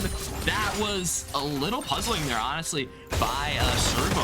Yeah. You have to know that you have the ultimate advantage, or the Gwen has the ultimate advantage, and you will not have enough damage to kill her. You're Ornn. You're only good at these short trades. This Gwen is absolutely going to murder you in these extended fights. And correct me if I'm wrong, that is it 1,000 cuts her passive, that the more she cuts her ultimate. Oh, sorry, what's the one that's the her passive where it's just like the more damage she does, like the more she heals as well? Something like that. She just heals off of. Oh, like the extra is it the extra like snips that you get from her? No. It's like it just heals from the snips. So like when she. Oh, that's just her Q. Her Q just heals her. Yeah. Oh, gotcha. It just heals you. Yeah. Yep. But yeah, so obviously with that healing too, it's gonna make it really difficult. And Conquer as well is actually gonna give you stacking adaptive stats, which obviously is an issue for this Ornn. Massively. I mean, it's a level lead here now in the top lane, and his wave is really bad. So this is not when you're behind. you want your wave to be pushing into you. So you want the enemy to have more minions than you. Yeah. So it's safer. You can just farm on your lane. You don't have to actually walk up so far to get this gold. But now you see with this, it's really hard for Servo to walk up and get this, and it looks like they're just going to be using that wall. As we said before, Dibble is actually caught out here a little bit. Does take a lot of damage. Oh, you will be able to turn this. This Victor off. Okay, a whole all-out brawl has been made. This Sejuani is not going to be bailed out. Arthropod picks up a kill. That is big. He doesn't have it as ult yet, and picking up that kill before level 6 is going to prove to be massive. Hits the hook. Oh, follow up there. Back to Black Away. Will he be able to find the kill? Everybody picks up the Renata as they are just winning flat out here on this dragon fight. Although they are very low. This area could be able to find something. Ooh, not enough damage. Does like the flash out there, but still, Dragon fight. Oh my goodness, Dragon does have that hook. Arthur's looking for more. Flash over the wall. Gilbo picks up another kill. Or picks up the first kill there for Kettering University. That's exactly who you want the gold on. Yeah, that was a really scary fight right there. Very anxiety-inducing. Yep. Especially if you see that that Zeri W, it's kind of turning into a Lux ult of itself when it hits terrain. Yes, does so much damage. As, oh my goodness, this Ornn has to be really careful. 2-level lead now. Oh. This. Oh my goodness. Gwen. Jeez, I just blanked there for a second. Running with scissors right now. It's running with scissors, and she's doing it well. I mean, it's surprising the advantage that they've been able to get, but it looks like the pings, based on the pings, it looks like they're going to want to be able to take this Rift Herald. Yeah. How do you feel about Shelly? I love Shelly. It's the name of my mom. Mom, if you want. Really? Yeah. Okay. Yeah. Every once in a while, when I'm playing in my room and I scream Shelly, like my mom will come and be like, "What do you want?" So Call your mom by her first name like that? That's crazy. That's risky right there for me. Oh, I know. That's okay. I mean, that's gotta be a little worrisome because they're killing Shelly every game. I don't want to think about it like that. I'm sorry, Shelly, if you're watching. Anyways, going back to the top lane, just chunking this Ornn. Now a 24 CS lead, 2-level lead. Things are getting out of hand. Yeah, this is crazy right now. I got nothing much to say. It's just like I'm scared for Ornn right now because This won't, but you gotta wait because remember, as these trades get longer, as they hit each other more and more, this Gwen is gonna start to do more and more damage. So I would definitely be looking for Poppy after taking this Rift Herald to just be moving over. And I think that's why they're doing this. So he's doing this to clear the wave so that the Poppy can just take the Rift Herald and immediately drop it. I hope that he would try to stop this reset here, but we'll see if he's actually able to. He is, so they're gonna look for a dive on this top side here. Dungle's gonna move over and try to kill this Ornn under the turret. Oh, that's it's gonna be way too late from the Victor, but will that be enough to stop Rift Herald from being dropped? It will not. Kill does go over to the Poppy. You kind of wish it would go to the Gwen, but a kill's a kill. Putting this Ornn farther behind is the name of the game. So where do you think they haven't dropped Shelly yet? Did they? No. I would have dropped the top there either way. I don't think the Victor would be missing out on a lot of CS actually if he had to stay there. So that would have been really valuable if you're able to get that gold. But Shelly's going to be going somewhere. You're going to get that gold somewhere. You're not going to be really missing out on too much in the long run. Yeah, if not there, do you think that Poppy will be making their way back up or use Shelly as a distraction for fighting the bot lane? I expect that Shelly's going to be going to the bot lane. Okay. That could have been a little bit worrisome. I don't know if you know this, but a lot of people can put a ward on top of Thresh's Lantern so that people will actually click on the ward instead of the Lantern. Oh, that is smart. So that could have been an issue if they were to CC Arthropod, but thankfully nothing comes of it. I don't know if the Sejuani's on vision or not, but it doesn't really matter because the wave is pushing into the Firebirds here. I am kind of interested to see where they will put Shelly though. Yeah, because isn't after a while in inventory, Shelly, does she eventually run out? Yeah, she just disappears. There's a little line there. It's like a clock going clockwise. That shows how much time you have left. So there's still plenty of time to decide where to put this. But we'll see where they think the gold is best. Oh my goodness, this squad is just too far ahead for the Ornn to be really able to do anything. And lining up that. Oh wow, more bot lane. It looks like this is where they're going. The Berserker's mad bot by put down very low immediately. 2-man. Nah, the hook comes through on a second one. The bailout will not be able to do anything. Dragon does pick up the kill on the plot twist. Two massive hooks. Really intense. Indeed, two massive hooks there by Dragon and Dusk, setting up that kill in the bot side. And it was Still no shelling though.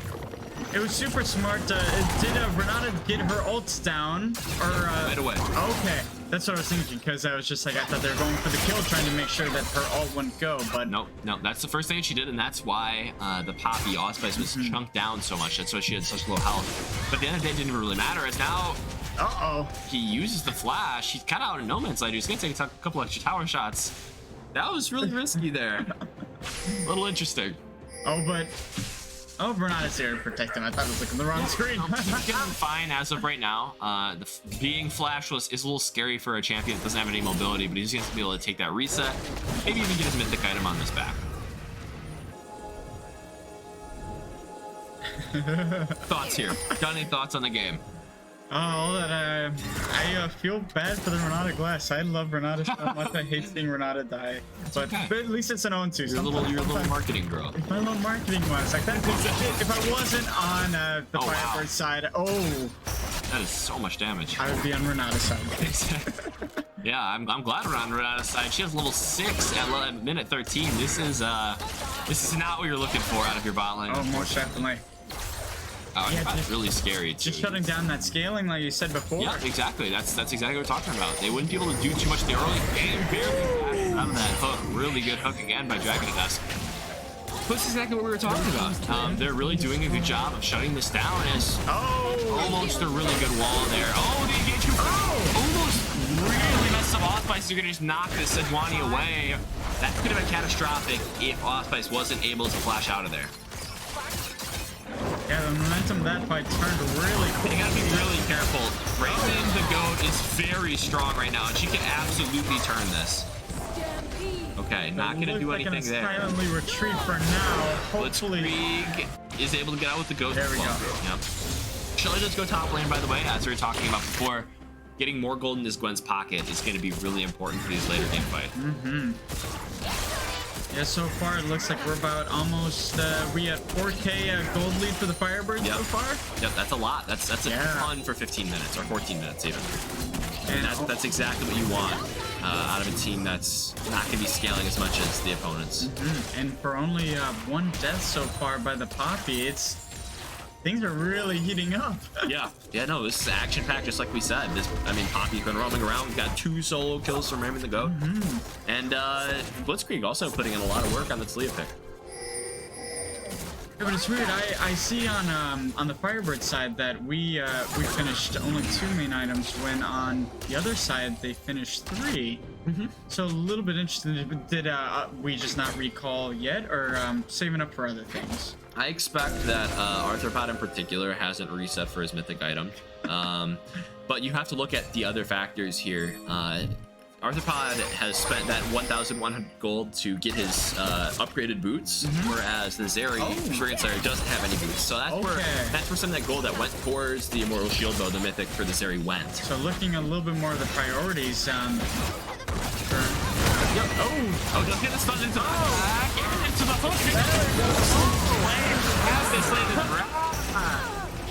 Gwen picking up that kill, and now this bot lane has to run for their life. There are 4 in the bot lane. They need to get out of there. Raven the Goat does not have all 2. He does have the ult. Really able to run them down. That's so much damage. Unbelievable, actually. Pick up the kill. Allspice steals another kill from the Gwen. Whether Raven the Goat is happy with that or not is up for debate, but it's a really good fight. And it looks like, did they get Cloud Soul in the last They got a Cloud Dragon, yes. Or Ocean. Yeah, sorry, the Dragon, not the Soul yet. That would have been early. Not the Soul yet. That would be impressive. If they got, that would have been crazy. That would be crazy if they got the Soul after 2 dragons. You might want to look into some cheating there, if that was the case. Oh, for sure. No need to worry, thankfully. So, as for us Irons, what does that Cloud Drake do? The original one, I believe, is going to give you ultimate ability haste. And out of combat move speed, or no, it's the soul. So it's gonna be ultimate ability haste. Okay. So you're gonna have those big abilities up faster, which is gonna be pretty important actually for the Talia in particular, so she's able to roam around the map. And I think we might have seen that with that Gwen, how they got the ultimate up so fast. Almost Almost gets stolen, yeah, but thankfully the smite and the extra damage is able to come through for Kettering. And they do secure one objective, or second objective, Dragon. That's gonna be really important to get them back into the game. Yeah. Still a little ways behind, about say 4.4k in gold. Yep. Or sorry, 5k down. Can't do math. That is okay. We were talking about this in the last cast, actually. The game before this, Gal had actually math minor, and yet had some basic addition mistakes there. So it happens. So yeah. Hopefully the marketing major will be able to show up by math. Oh no, definitely not. I'm all in the imagination of things. When it comes down to the smartness, it's up for debate. That's okay. That is okay. So I will rely that on you. That's perfectly fine. I'll do my best here. Might actually get caught out here. Really smart play. He just dashes right through. This Renata ult shouldn't even touch him. Oh, he does go over there. Will this be able to change by right to go to the backside? There's a meat. Right in the go does pick up another kill. The mastery has been flashed. Showing. Oh my goodness. What a pick out of that bot lane. Really fantastic. Honestly, Dragon of Dusk has been hitting this hooks all game. Yeah, absolutely crazy to see. Oh, number one. Lucy the kill. Watch out, don't get back to Lucy the kill. Off by but she does go down. The shutdown going the way of Victor. Not exactly what you want, but they might be able to push for another turret here with that Victor death. So worth right there. What a great fight. Completely turning the tides of war right there. Yeah. I mean, turning the tide. It's continuing. The tide's continue. But I mean, man, Dragon of Dusk has been on point with this pick, and that shows that why he's here. I mean, despite the fact that they probably weren't expecting Dragon of Dusk to be in the support role going in, he's scary, man. Most definitely. Yeah. Like I definitely I don't want to be fighting up against any of these guys. They know a lot more than I could ever. And that is okay, my friend. Putting the control. Wow, really good vision. I'm really impressed with the vision control out of Carthage. I think the only mistake was that 2 control wards in the Draken's pit right there, like early on, about like 5 minutes ago, and I saw that little emote. But that's okay, because they picked up their warding capabilities later on into this game. Something I would like to see is this Samira picking up a little more slack in the fights, but she honestly has had a good chance. As we talked about before, Renata is really good at shutting down this Samira in fights with her ult. For sure. She needs to pick the right fight, and it's either waiting for Renata to not be there, or just making sure that she dies, because or wait for that ult too. Because it's really Gwen and Samira that are going to be doing the most amount of damage with her ult. Victor another hook is true. Blitzkrieg slays that Victor in the top lane this time. Mr. Worldwide, Mr. 305 is Blitzkrieg right here, getting kills all over the map. Call him Pitbull. You know, Pitbull came to my state fair, and I really wanted to go see him, but I was working. I've heard that's a good show. It's a great show, yeah, that's what all my friends said. And they're like, why do you have to work all the time? Well, I'm sorry that you missed out, but... Oh, it's alright. I got to play some TFT, and I'm like, and now you get the real reward, which is watching Carthage League of Legends. I love it. I get to learn new things every day. It's the best job in the world. We'll see. They do come with the Baron, but will they try to contest this Dragon? There was actually a change recently where Dragons have more health, so we'll see if Carthage gets there fast enough. The Firebird be able to test this. Oh, he's on the wall. She's killed quick. Oh. This connect a little bit weird there, but it looks like he's still playing. Here we keep quickly. Oh, he's still alive, so that's a good thing. They didn't ask for a pause, which is always a good thing. But yeah, just a good dragon there actually by Kettering. Oh, here comes Raymond the Goat. Raymond the Goat is in the back line, proving why he is the greatest of all. He's looking for Plot Twist. The Ignite is on her, but she didn't this. He is stunned and put back into his team. He's gonna get away here. Not gonna get too much more, but he is 5-0-3. He has been running this. Yeah, that was very interesting to see that the orange is just disconnected for a quick second. I wonder what that was, but good thing that he reconnected very quickly. And always sucks to see minor technical difficulties in these competitive games. For sure. Obviously, we have Carthage at our heart, but I want a fair game. And seeing that, I mean, it's got to be so frustrating having that happen. But I'm glad that it didn't affect the fight. Really. Yeah. And I think Carthage backed off just a little bit. It looked like they hesitated. So I think that was a nice thing. Hopefully that was the intention. Yeah. Let's see what happens. Firebirds are closing in on Kettering really quickly. Yeah, looking like they're going to be using this Baron buff to start taking down those towers, start pushing into the enemy base.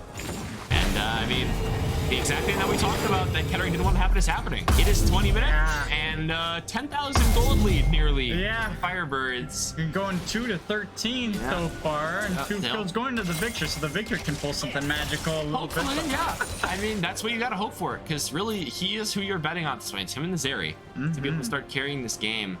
Another weird thing here, Fimbulwinter on the Ornn. I'm not sure if you usually rush. Usually you want to go with your mythic item first, but to each their own. I mean, I'm not going to speak on how it works. I don't play top lane. I'm a jungler. I don't care what you're doing up in top lane. Yeah, I actually kind of like Fimbulwinter. I know I only play Ornn and ARAM, but it's a good item. It's a fun weapon. Like, yeah. Oh, it's a great weapon. Just like the Vandal from Valorant. Oh, great weapon. I wish I played Valorant. Well, all Riot games I'm just mediocre in, and I'm mainly in R6, so I gotta keep on remembering I can't move around too much. You might be able to strap an ACOG actually on that. I wish. See. That wall just barely going in. But it's gonna stop them from actually contesting this, or not. They're not doing too much there, thankfully. They're going to look to push down this top lane wave as this Ornn is going to look to try to hopefully get some gold by destroying that bot lane turret down there. Gets away. Nice little land kick there by Yeah, I'm interested to see if they do that warding thing again, because that's a very interesting tactic. I would have never thought that before. It's something that's actually kind of tough to do in the moment because you see the lantern. Yeah. You have to really have that peace of mind to understand, like, okay, the lantern is down. We have to all put our wards down on this. Is it easier with a blue ward rather than just standard? Usually you go with the stealth ward. There's a yellow ward, but it's really hard to do because it has to be a group effort. Because just one ward typically won't block like the click. Okay. So you need like 2 or 3 people all putting wards down on that lantern to try and stop it. Oh, so you kind of need to practice it. It's pretty tough. But that is nice to know. I might have to try that one of these days. Yes, yeah. When I stop playing Renata and move back to some other. You still have wards on Renata. Oh no! Yeah, I meant sorry with Thresh. Just trying to block that around, trying to bring that around.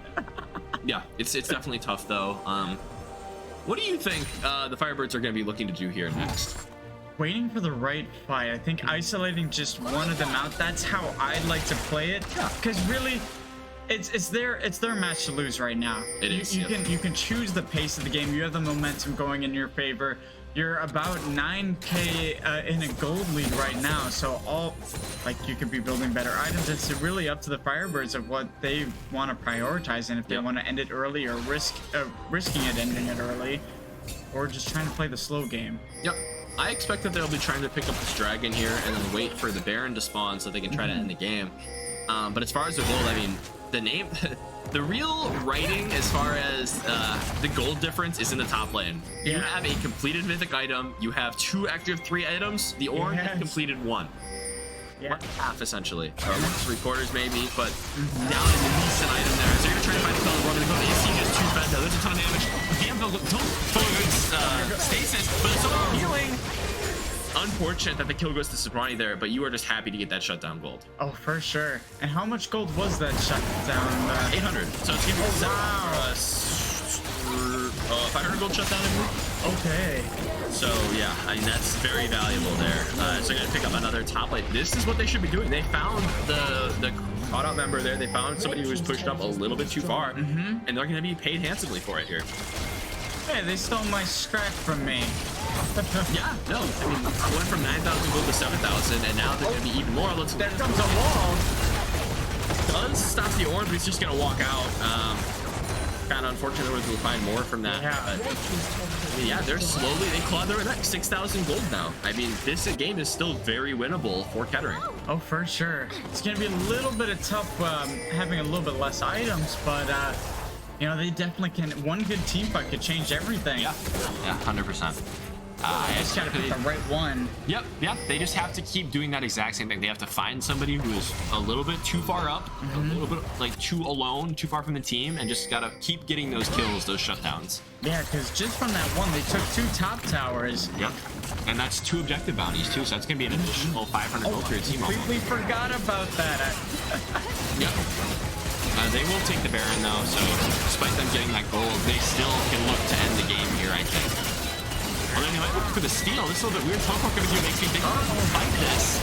They gotta be really careful here as now Carthage is gonna start running at them. They do not think they want this fight. They're way too far behind, as you can see right now.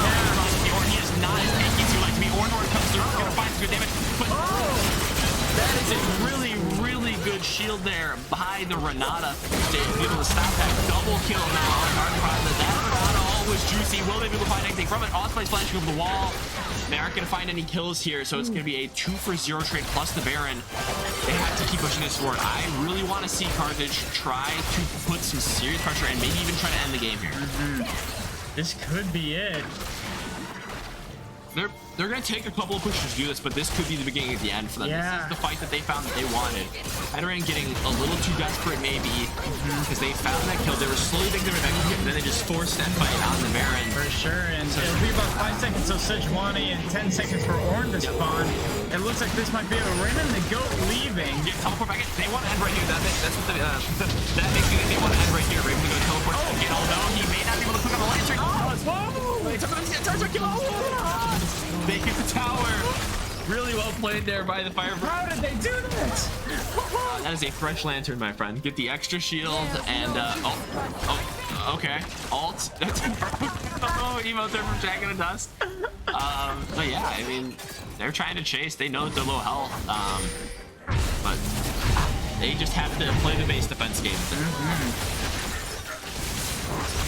I believe Cereal's gonna put the Infinity Edge there, so that's gonna be a ton of extra damage. Oh yeah. And the Rabadon's Death Cap coming out for the Talia.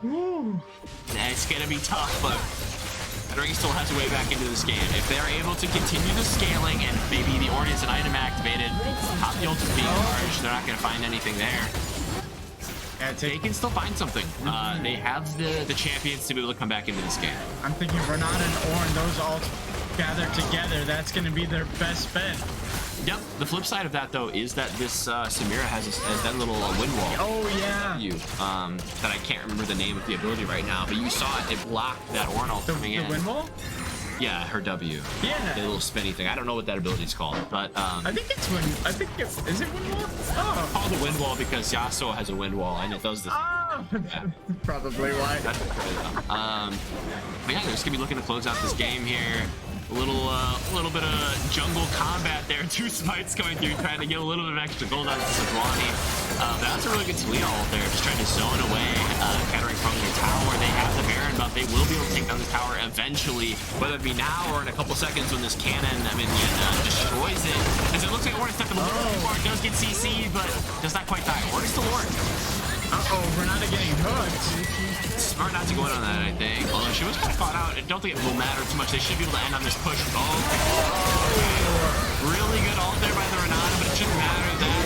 And the Villa will not do too much for her there. They may pick up all spies. They do, but Raven the Goat is in the middle of everything. Renata, I apologize. This Zeri is getting wound up here. Will she able to find a deep fight? For the damage. This Ornn is coming through. They do find another. Although there's still a lot of members here. He's gonna get and we're looking for double kill. Fresh even picks one up at the end there, and that will be GG. Carthage 2-0 on the day. That's good to see. What a game! Yeah, no, this is exactly the game that we were expecting. Action-packed, a lot of kills. And unfortunately for Kettering, all those kills just went to Carthage's side. Yeah, but it's a really strong game and strong opponent as well. Is that we've seen quicker games in the past. We have, yeah. And I have some memories of the playoffs for the B team, previously the B team, now Carthage Black, being 20 minutes actually. So they definitely did put up a little bit of fight For sure. But obviously it's just a fantastic sign here for the Carthage Firebirds going into this next season. Oh, most definitely. A lot of exciting things to come.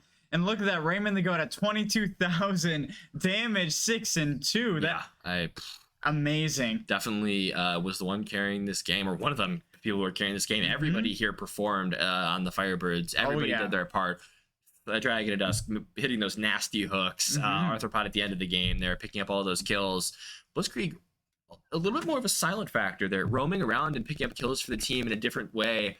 Not as flashy as the Gwen or as the Samira. And of course, Poppy doing the jungle thing, getting the kills for the team. Just a really, really solid, well-played game. Yeah, it had great team synergy all throughout, and just played that strategy like what we said before, and has been repeating, is that played it to perfection.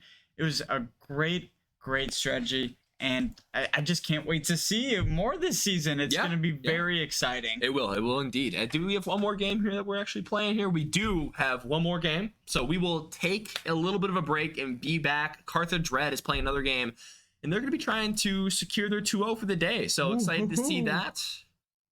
We'll catch you in a moment.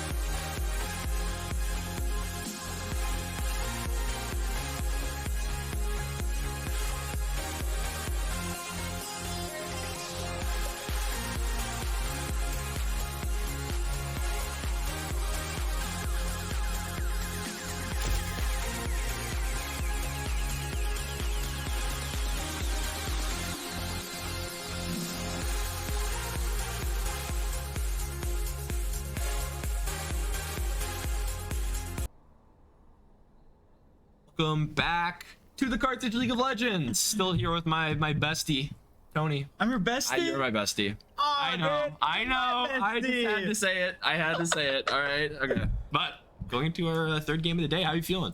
I'm feeling great. We've seen a lot of good things from the Firebirds so far, being the first night, and I'm like, my mind's blown. Like there's so many new strats to see, and it's just great that it's all coming together. That synergy and the team composition, it's just beautiful. But how do you feel? It's hard to complain about a 2-0. It's difficult to complain. We're just looking to make a 3-0. Now that would be something. Going into our game against Northern Arizona University, I believe. Seeing what we're going to be able to do there. How do you feel about Arizona, the state? It's a nice state. It's a nice state. I almost got bit by a snake there. Wow. So well, you had the Lumberjacks, that's what the Northern Arizona University, they're the Lumberjacks. If you had a lumberjack by you, maybe you wouldn't have gotten almost bit by that snake. That would have been very nice. Right? Except I can't remember. I remember it lunged at me. It was my fault. It was hiding in a hole. It was taking a nap. My daddy walked forward. It probably woke it up, and then all of a sudden, and I'm like, what? Yeah, that had to be a scary experience. I was our account here talking, trying to get everything set up. We were very excited to get into this draft, let's say. But okay, all right, and now I've been blamed, and now we're gonna go into draft here. 26 seconds to pick and ban. What do you think we're gonna see here? I honestly have no idea. All right. For on the Firebirds side, there wasn't too much that they were struggling with. It was really the Victor that was keeping everything together. Like had great placements on. I never know what that trap called. The big circular one. Gravity well. Thank you. I could be wrong about that though. They'll probably reference that in Arcane, so soon I'll learn. Hey, spoilers. All right. Oh, yeah. Aphelios. That's something you don't see too often. Aphelios ban. Although Aphelios is quite strong. Most definitely. a lot of very, very high damage in the late game. All those guns, he's shooting stuff, he's doing things. Doing a lot of things that I don't understand. That's okay. I don't think I could ever. No, that's okay. If it gets picked someday, I'll go through it with you. As you're also getting banned, this is the Arthropod champion. I mean, he's just known for this. And now Vex getting banned. Blitzkrieg was actually like a top 10 Vex at some point in really? I'm pretty sure. Yeah, so it's not surprising that he gets that banned against him either. Well, that's interesting to see, is that I don't see too many Vexes nowadays, but I've always had a great time playing her. Yeah, so ever since the durability patch, champions like Vex got a lot worse, like these burst mages, because everybody's a little bit tankier. So your combo that's going to kill somebody doesn't kill somebody anymore. Yeah, and it probably is tough when her R dives you right into the middle of the fight as well. Is that you got to pray that shield is enough to hold it if it doesn't kill. Yeah, I don't know what they banned here, but I'm sure it was a good ban. It's a little blanked out there, but that's okay. Yeah, nothing you can do. You're all good. Yeah, so we'll just see what I think we'll find it out eventually. It shows up at the start when it falls down. Okay, Gwen ban. There now we see for some reason. Okay, Gwen ban definitely makes sense though, especially after Raymond. Yeah. Were they watching? A little. Okay. That's pretty smart. Little Gangplank ban as well. Gangplank is he's a champion. He is a champion. He's one that I can't play very well, but other people are just amazing somehow. It's Yep. And based on the top laner's name being Too Many Oranges, wouldn't be surprised if they were a Gangplank player, as he eats the orange. That would make sense. That would make most sense. So it makes sense why they banned that. Wow, first pick Kayn is really ambitious. I'm not sure I love that, honestly. Because there's a lot of ways you can play around the Kayn. Yeah. You can draft something that likes to fight a little bit more early game. I mean, you draft things that walk away from it, kind of. I mean, there's a lot of ways to play around it. And sure, Kayn is good in solo queue. He's really good at snowballing games and, winning. Carrying games. But in more competitive situations, it's a lot more difficult to do that. For sure, yeah. I just started playing him a bit more. I always knew kind of what he did. And I know that you can basically choose two different paths Wait.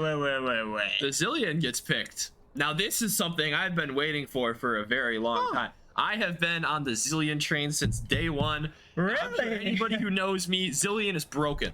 Do you want me to give you the pitch, the business pitch? I would love to hear it. 90-something% slow. Point and click, 90-something% slow. You can bring somebody back from the dead. It's a free guardian angel. So a better Renata Glask. Yes. That's not nice. No, it's not.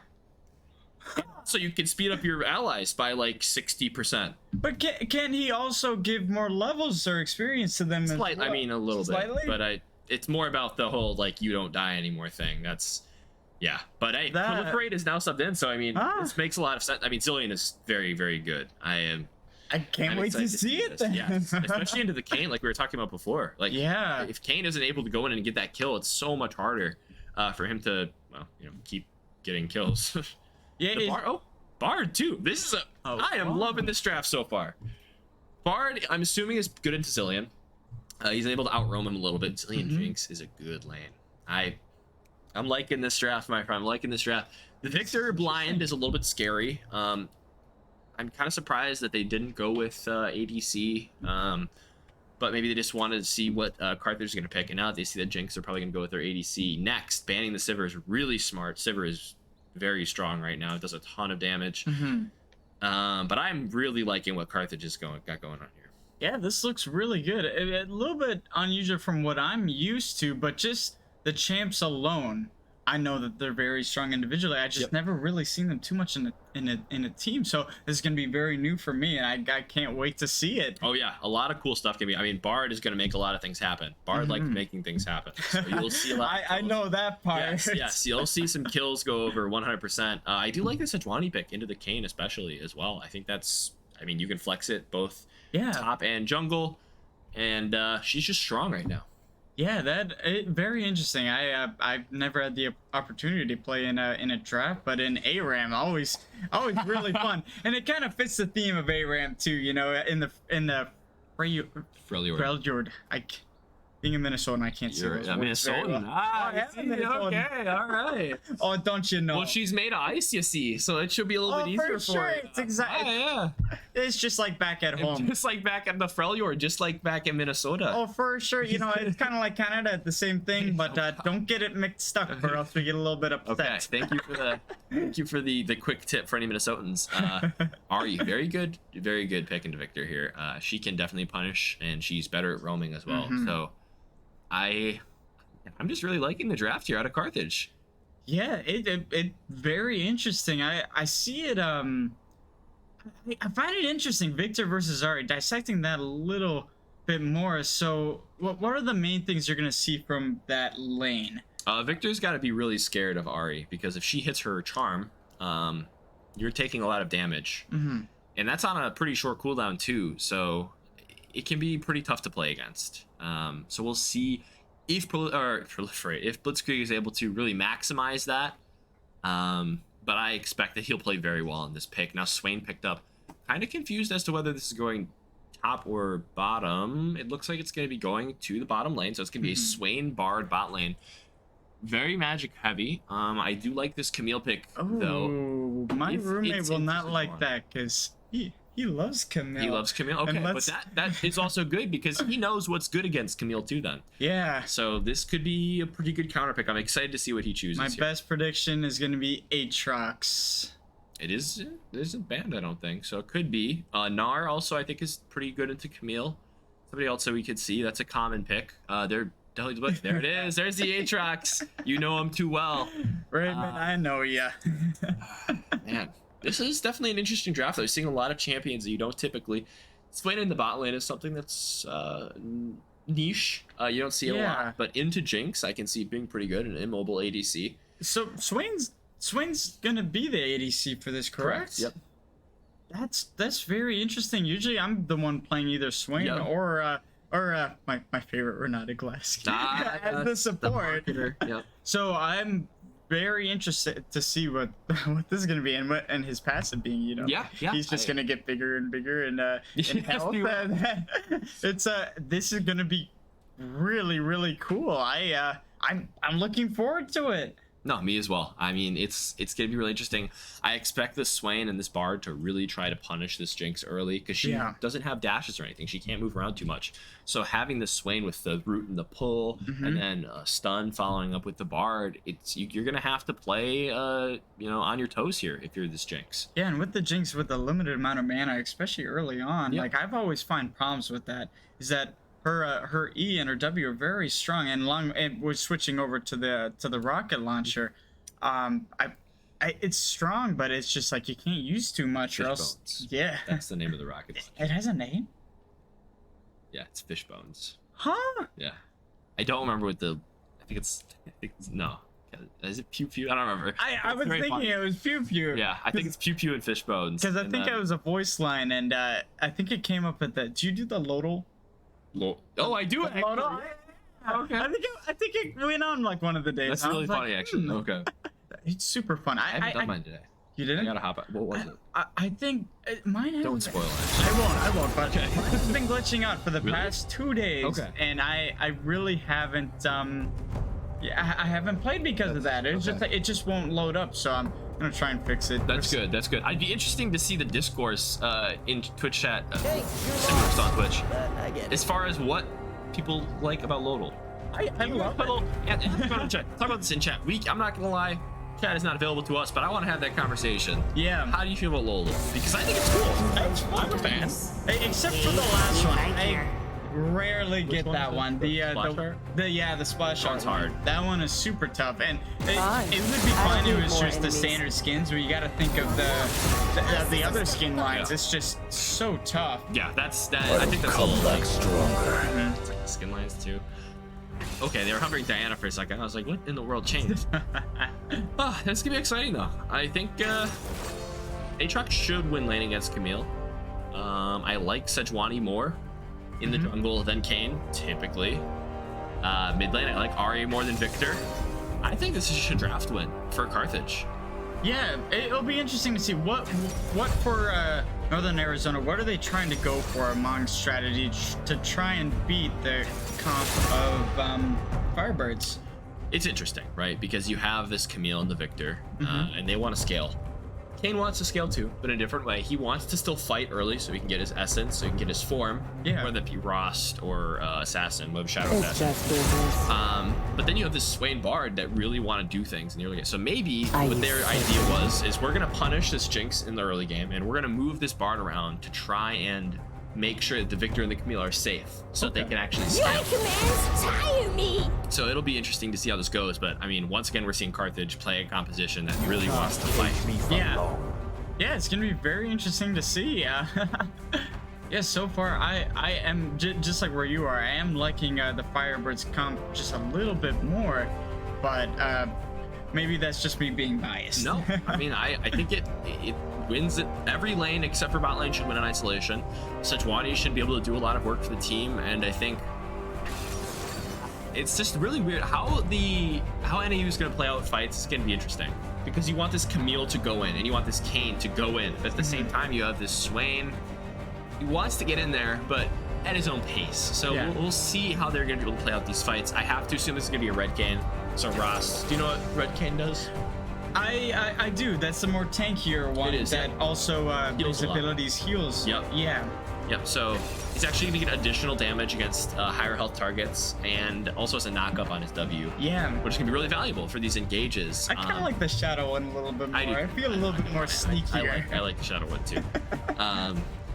But they could go Shadow actually, but I think it'd be smarter if they go red Kayn. Oh, most they go definitely. Rost. Yeah. But what we're going to need to look at for carrying fights is going to be the Jinx. Yeah. The Jinx and the Zillion are going to be really important to be able to output enough damage to kill these drain tanks, the Swain and the Kayn. Hey, they rhyme. And they do the same thing. They both heal a lot and they both rhyme.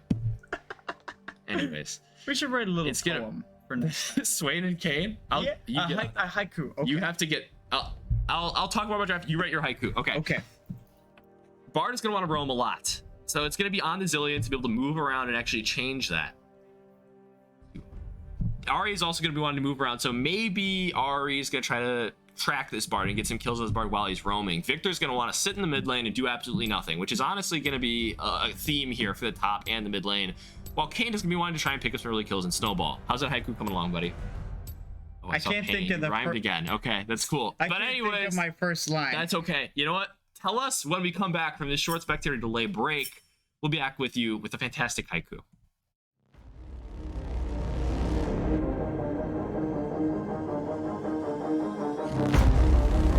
The high Wheaton shoves that right over to the Lions half. Looks like this one's going in. Oh, you're kidding me!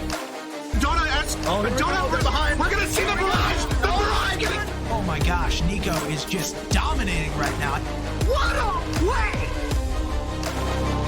That's disgusting. Oh my gosh. That was disgusting.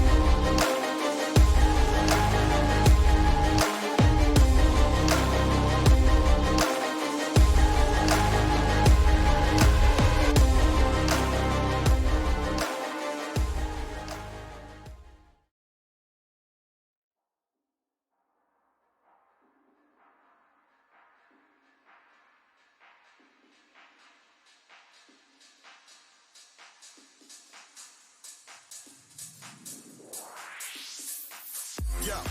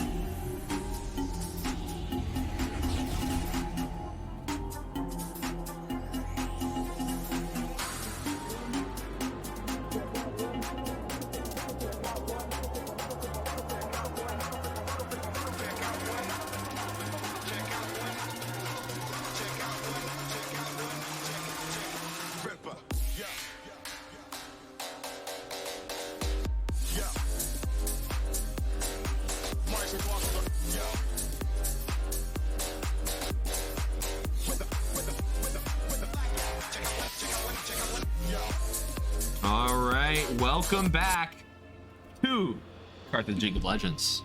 We're back with our haiku. It was well thought out. Tony, what do you got for me? Swain Kane in the lane. Bringing the pain to the game. Wow. Firebirds, win please. Wow. Wow. That was Oh no. That was so thoughtful. What a great way to start our game here. Wow, I feel so at peace. This is. Oh. I feel like I failed high school with that. That was good. You had 3 minutes to come up with that. Firebirds win, please. I think I did 4. I think I messed that up. Firebirds win, please. That's 5.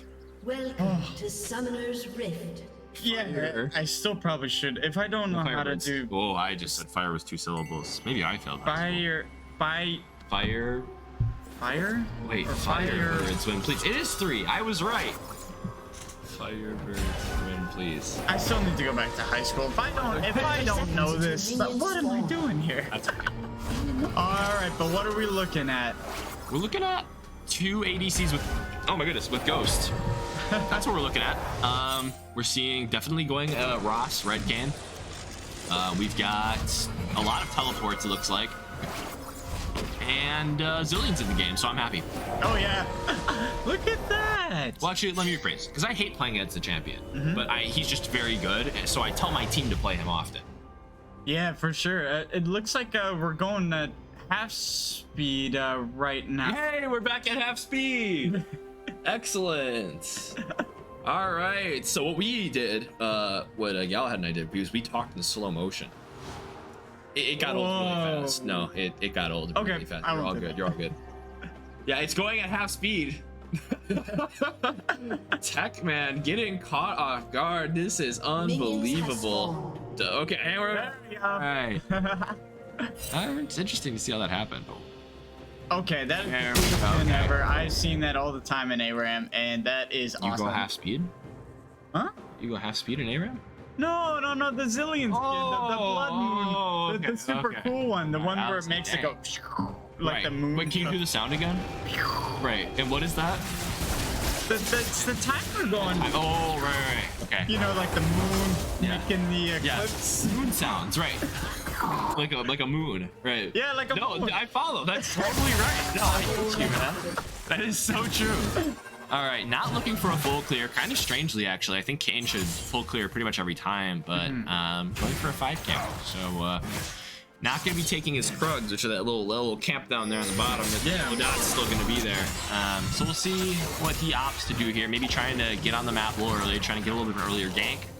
Outside of that, I mean, there's not really a reason, right, to do that too early, because like he's still at level 1. Wouldn't he want to try and take those at the bottom? All right, so is doing a specific route. A lot of champions have specific. Oh, Raven the Goat actually traded really well. Okay, I guess A-Track speeds Camille early. A lot of champions have specific routes that they like. Champions like Vi, like Lisa. That was a good. Okay, Proliferate. Wow. We see you outputting that damage on the support. Go, but see now. This is why you would take a shorter route, because you can gank earlier. So I'm actually finding a kill on Raven the Goat here. He does flash forward, but the W will slow. Only be able to find a dive here. Raven the Goat is really low. Not quite find anything. He does get out. That was a little bit lucky there. If the Camille had a little more damage, that could have been trouble. Double trouble. Double trouble, like in the haiku when you rhymed. You did the rhyme thing. Oh my goodness. But yeah, that's why you would shorten your jumbo route, is so you could gank earlier, so you could impact a lane earlier. Champions like Kane, though, doesn't have a great gank. Like, as you could see, a lot of champions would have been able to get that kill there, but Kane doesn't have enough CC or damage in the early game to actually kill. So that's why a lot of people will just take all 6 camps at the start of the game, so that they're able to get to the point where their ganks are good, where they're actually able to do that damage. He's in a pretty good job. Back top lane. They really want to pick this top lane, but now Occupy's in bot lane. I don't think they see this coming. The traps are really, really good. He does get the stun down. Oh, wow. He's gonna have to flash, but he will not. Goes to the Carthage Firebirds. What a smart play. Yeah, I mean, that just caught out of vision. They really needed to ward that earlier. As, oh my goodness, that chip. Ooh, that could have been a kill there. Raven the Goat is just crushing top lane down. Yeah, fantastic game there for the bot lane. You really wish that Jinx got it, but having Zillion get that kill in the early game is not that bad either. They might try to stop that reset. It probably makes you happy, like seeing Zillion. Oh, absolutely. Yeah. Zillion's fun. Zillion's cool. Oh my goodness. Oh my goodness. Let me know. Oh, there we go. to go picking up a solo kill, second game in a row. This guy is a monster.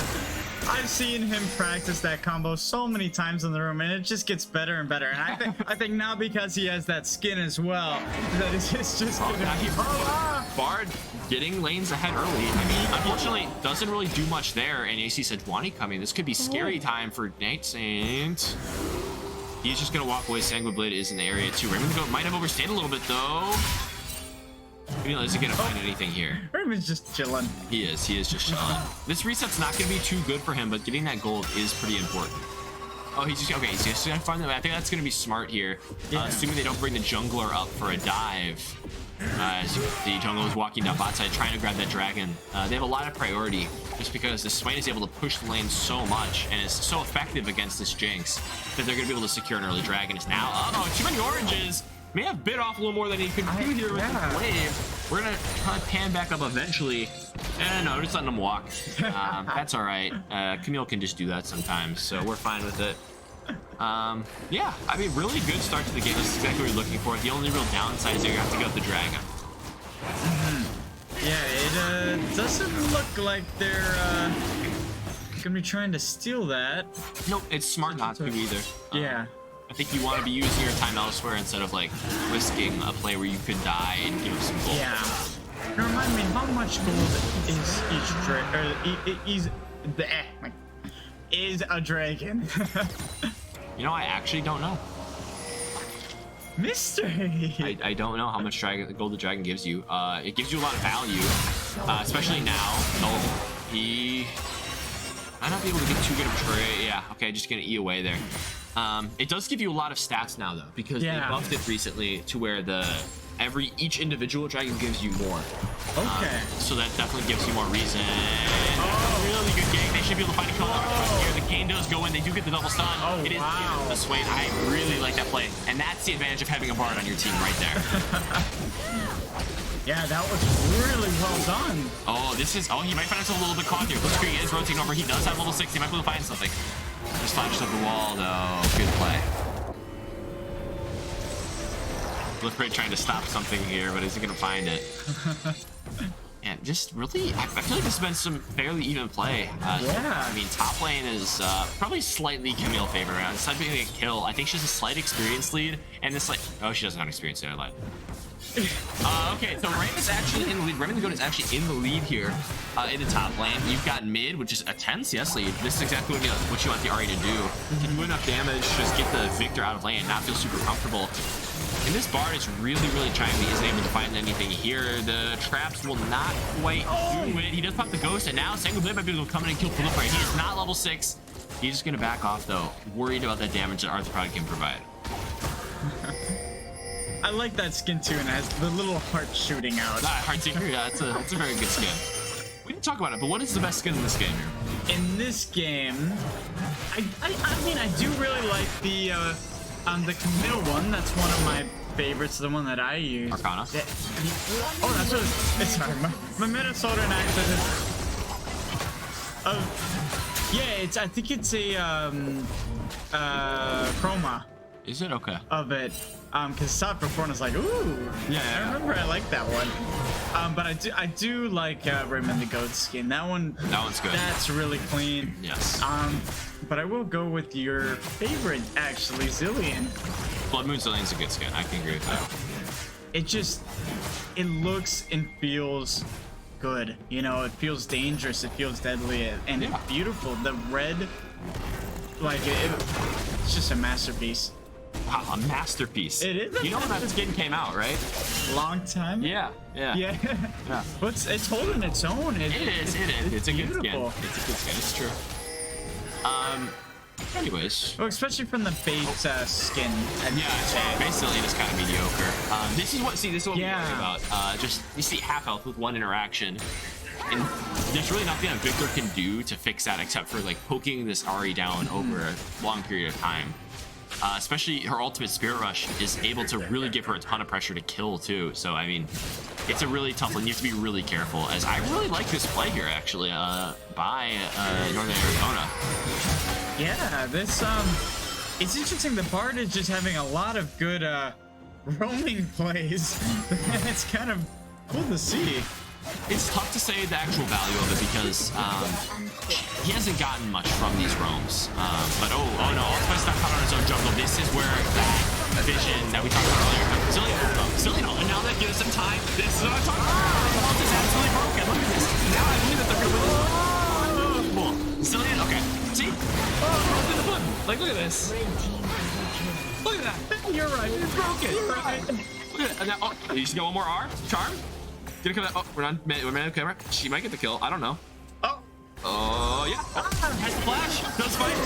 This is what I'm talking about. Zillion is unbelievably strong. You cannot overcommit when you have a Zillion with you, and people so often do because they're not used to that ability. Yeah, it's kind of like what you said, that free GA. Really going to find himself in a little bit of a pickle here. Just a wee bit of a pickle, yeah. The play well though is able to get away. I was just hoping that the Omnivamp for the Lysio that would kick in a little bit more. So usually it would, but he actually had Ignite on him. Oh! Ignite procs grievous wounds, which means less heal. Even with my glasses, I can't see that well. That's okay. Yeah, that was pretty smart by the Camille to bring that. No, very good understanding of damage, and she's gonna need to keep doing that if she wants to put her team in a position to win this game here. Blitzkrieg all of a sudden is incredibly strong. 7 Dark Seal stacks, by the way. Woo. That is a big Ari, and that was all coming from Zillion. I mean, it just that is why you draft Zillion right there. Yeah. The team can overcommit, and just all of a sudden, you win the fight just with one ability. I might have to try him now. Like that, I'm always scared of trying new champs, but it seems like just from that one play, it turned the tide of battle. Yep. No, he's fairly easy and he's incredibly strong. So I would definitely recommend him. So Blade coming in for a little bit of a weird game. I doubt anything will really come of this. I mean, he does have camps on the bot side, but he really is forcing these ganks, it feels like, a little bit too early while he could be farming. And a lot in the top lane too. Exactly. Oh, Spirit comes out, not able to find the kill quite. Charm might be out. Doesn't quite find it. Oh, the stun was pretty big. Did miss one Q there, which is what turned to that. But they do drop the Rift Herald on the bot side, and now it looks like the Kane is being aggressive, taking Allspice's topside jungle. Yeah, Shelly doing a lot of damage, having a little bit of a party in the bot lane. Yeah, I mean, definitely, it's smart though. You're getting this Jinx a lot of gold. This is what she needs to start carrying this game. Oh, this Victor's got to be really careful. Yeah, that was just greedy. That you can't be doing that around an Ahri. Yeah, really tough there to give that Ahri to one of those Dark Seal stacks. I mean, just overstepped, unfortunately. So, do you think that Jinx is building Kraken Slayer with the current build right now? Would that be the best guess, or what would you say that she's? Never mind.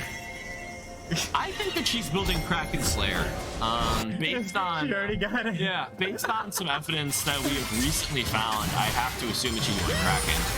I always forget that. Interesting. They might look for a dive here, but without this Camille ultimate, it's going to be really tough. Raymond Digo just pops the ult, it's going to run away. Kane has really got to find a way back into this game. Because it's not that he isn't doing anything, but it's just tough to out-gank a Sejuani. You need to find better ways to carry us now. Arthpod, they're going to find Single Blade in this topside jungle. He's just going to have to run away. How far away is it until Kane gets that transformation? Because it's either hitting the certain. Really? Oh, there. Blitzkrieg gonna get another one. He is very fed. I mean, what a menace. Yeah, no kidding. 10 Dark Seal stacks, completed boots and Mythic. It'll be interesting. But as far as your question, I expect that he's close. Usually between 10 and 15 minutes is when you want to be getting this form. Pre-10 form is like you're winning the game, usually. Or at least you're like very, very strong. Oh, they were finding kill here, actually. Really close there. Really good flash turns, well, just to make sure that Sanguine is not able to find anything. Is now he gets another one. Blitzkrieg is everywhere in this game. Wow. They're just sandwiching them from both sides. This is crazy. Yeah, I mean, that was such a good play, such good awareness by Blitzkrieg just to know that this Kane is going to be walking down. And they're still going. Look at that damn. Oh, he's going to use R. Okay, yeah. I was a little bit confused there for a second, but it looks like Bardock's gonna come and try to stop that. It doesn't do too much. Raymond the Goat and Twin are just gonna be trading a little bit, but it looks like nothing's gonna be coming of that, and they're just gonna go take their complimentary Rift Herald. Oh, look at Shelly. Sorry. Oh, she's not dying. She's just being resurrected in a different way. Yeah. Oh, that is almost a one-shot. Okay. That is almost a one-shot. And she died. Yeah. Okay. Yeah. A little bit of a mid-difference this game, as we say, in the community. Yeah, and a big wolf meat as well. Yeah. I bet you she has a full item on this reset. So this is gonna be scary. I mean, oh, not. Would she be wanting to finish off Magi's Soul Stealer? Yeah. Soul Stealer. Or just trying to go for another item. Usually you'd see another item go. That's usually considered a little bit greedy. Okay. Usually the safer route is just going for your next item, which can be Shadow Flame. Gives you 100 of it, really power. Because when she dies, most of those, is it 10 or 5 of those stacks go away? About? Well, Dark Seal, it's 5. Okay. I don't know how many it is with Magi's. I think it might be 10. Okay. That, though. But yeah, I mean, Ahri's gonna start running this game. They've got to find a way to deal with her. They don't really have any super good lockdown CC. You need to get Sanguine Blade on top of her quickly in a fight in order to actually slow her down, especially with Spirit Rush available, her ultimate. She has so many different dashes. And now, after a rework a long time ago, they actually reset on kills. So every time he gets a kill or a takedown, it resets. So he gets a lot of dashes. Up to 8. So yeah, that's a little bit crazy. Yeah, I mean, it can be an issue in a team fight. In pro play, it gets to the point where if Ahri doesn't have ultimate, teams will look to just do an objective, like just start Baron. Like, oh, Ahri doesn't have ultimate, let's start Baron, because that's how big of a deal it is. Yeah, because I remember, how long ago was that change? It was a pretty long time. Really? It's probably just summer. Summer to me felt like 2 weeks. I think that's why my time frame is just like all messed up right now. I'm like, wait, I'm already back at school. I'm doing this again. I completely get you. I mean, it's tough. Raymond to go popping his ult, not gonna really do much with it, unfortunately. What's gonna be looking for an ultimate low? He's got one more. They don't likely find the kill on the bot side here. This Victor needs to get out. He needs to run. Yeah. He has Flash R still. He needs to. Yeah. Okay. You cannot breathe like this. It's probably on Victor. You just need to play safe and scale, though they might be able to find a kill now. So a lot of damage. 1,000 gold shut on the Camille. That is not what you're looking for, although they do hit the bot side. Maybe even to find more. Not quite. This Jinx is outputting so much damage. Allspice now is going to have to find his way out of this. Gets stunned, gets a ton of true damage put on top of it. Will he get out? He's got the Q available. No, he will not. Gives the kill to the Camille. Raven the Goat is now in. Although the Camille is still pretty strong, doing so much damage. Ignites on top of him. He cannot heal. He needs to run. 3 kills now. Camille, she is carrying. Proliferating Arthpod, need to be careful. This Camille cannot get on top of this Jinx, or else she will die. However, now coming in. Double stun. That could be big now. 2 flashes come up. Does not get the roots. Wayne is doing damage. Teleport coming through for cards and firebirds. You have to expect it is the Ahri. Oh, Ahri's gonna come and change this fight. Nice. He's gonna be massive. Proliferate does not go down. Ultimate. Oh! Is that a silly ability? Oh, he went back in. This isn't trying, but it shouldn't matter too much. It's too much AP on the Camille doesn't get a learn that they're willing to get a kill there. Another Cog turn now slays Proliferate and shut down for Sanguine Blade. A little disaster there. Northern Arizona, that really turned the pace up. That was amazing. I mean, they saw a fight that they liked, and they just went for it. 2 minutes TPs coming in. That was just a really greedy fight. They thought that they were like far enough ahead to where they could take that, but clearly they could not. Yeah, that was really well done. That's gonna set the Firebirds back just a little bit. They still have a massive gold lead, but with that $1,000 or 1,000 gold, 1 rack going over to the Camille, that's a bit scary. It is. I mean, Camille is one of these hyperscaling champions that will do up to 1,000 true damage or more with her Q. So it's really scary when this champion gets ahead, but we'll see if it's really too much of an issue. This Bard is really getting a lot of time here as they get a really good stun. Will he be able to find something? The Ignite is not up, and oh my goodness, the Camille damage. Will he be able to find a kill? He may have now house. Offense coming with Sidwani. Still so much damage momentum. Look at this Camille. Oh, God, it's everything for Blitzkrieg, but it's a lot of CC. Puts everybody away off by trying to 1v1. He is found in the middle of the whole perfect Firebirds team. Wow. Takes him down. Bard now fighting for his very life. It looks like he's going to be gunned down. Another one there for the Firebirds as they are amping it right back up to where they left off. That was just amazing. The momentum turned in one direction, just went the other. Like that was great. Yeah, I mean, they really needed that. This is really just teams going back and forth, finding their fights. But I now think that Firebirds are in the driver's seat. Although I think he's got to be a little bit careful here. Does get the resurrect. Will hopefully live this combo. Flashes away. Does get the stun onto Swain. They might be able to kill Swain here though. Not enough damage quite, but they have to make him reset here. Yeah, it so, doesn't look like. Yeah, it doesn't look like Jinx's rocket is there either. So the Bummer can't finish both of them off. Yep, it's gonna be very tough to count out. Oh, ooh. Well, everybody's stepping really far out now. He's just greedy out of the barn. Might be able to get away. No, it's not deliberate. Does pick up the kill, and now another one going over. They're just forcing this fight a little bit too hard. It looks like as it should be an ace. One going down Blitzkrieg here. Too many oranges is also found. Two now to Blitzkrieg. Ace for the Firebirds going over to the Baron. 10k gold lead for the Firebirds. This is just amazing. Yeah, it's slowly but surely becoming a slaughter here. Yeah. What would you say has been the MVP for the Firebirds so far? Honestly, I'm gonna say Sejuani. Like I know Ari has been there for everything, but Sejuani just initiated those two team fights right there, and just saved the day, and just completely flipped it on the same fight. I think overall, I will say Ari. I would, well, I would say Blitzkrieg. I mean, 12 and 2. It's hard. It's hard, yeah. I mean, but I will say close second. I will say Sejuani for that, just because the initiation. Not the Zillion. I know it's tough. Choices. It's tough. Don't make me. It's okay, buddy. You're all good. We'll just say Ari's MVP so far and move on. Looking to grab the third dragon here are the Firebirds, although really interesting how they're not just going to do it. They want this midway first. Okay, now they're going to move on to it. All five are in that bot lane. Going to be interesting to see what NAU is going to do with this time, though. It doesn't. Dragon does go down. And now, let's see what they can do with this. They have 4 bot lane. They're just going to push out that lane and probably go mid. No more Baron buff, thankfully, but... Oh, wait, they should have it. Am I... Oh. We'll see in a second. I don't know.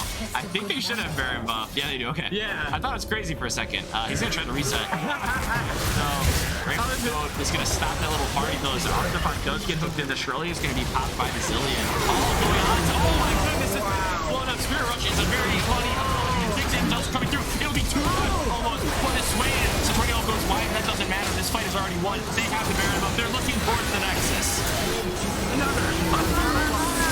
Oh my goodness. Oh, he is just popping up. Michael not with this one, unfortunately. The game does find one, but this will be the game. GG. Wow. Carthage Firebirds 3-0 on the day. You'll love to see it, or at least for the cast of games. I don't really know what happened off the stream. We love to see it. Ari killing it. Jinx killing it. Just a team win. Sejuani killing it. Sejuani killing everybody. I mean, this was just a really good team victory. Almost kills the Sejuani. Oh, okay. Got it. About the stopwatch. I can't do that. Yeah, I mean, we've had some very fast games here tonight. Yeah, it's great. It's a 23-minute game. To be honest, my ADHD was going, oh wait, look, I'm in the goat in the top. Like, am I gonna go get the cane? And I was like, oh wait, there's a big.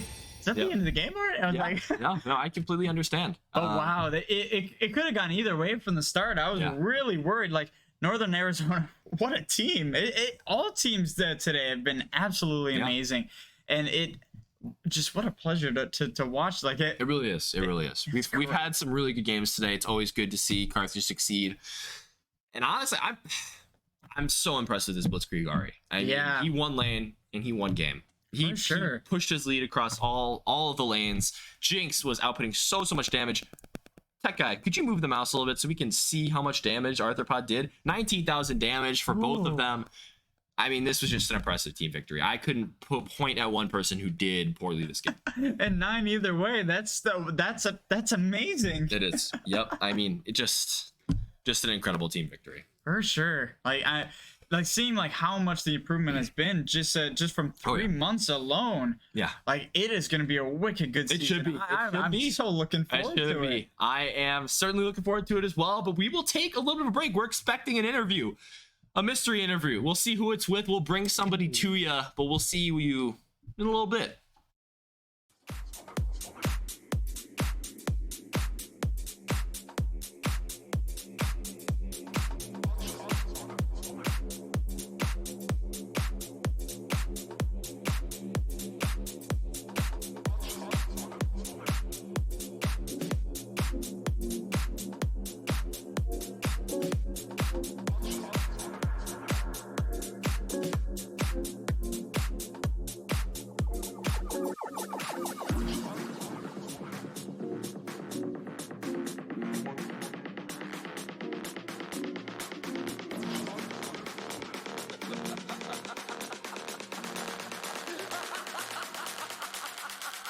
Only you had a motive for murder.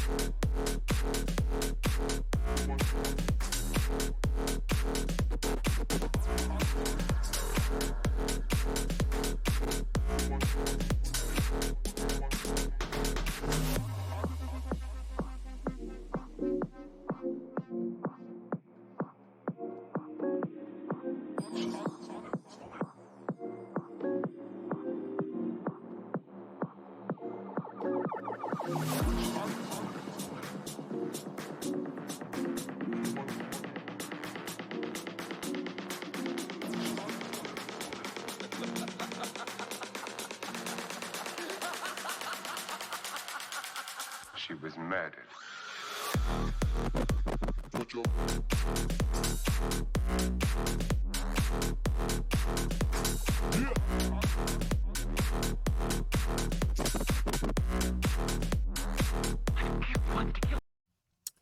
Welcome back, everybody. Here with a special guest, Coach Robert. Coach Robert. Yep. Okay, Coach Robert here, new coach, Carthage Firebirds League of Legends. Yeah.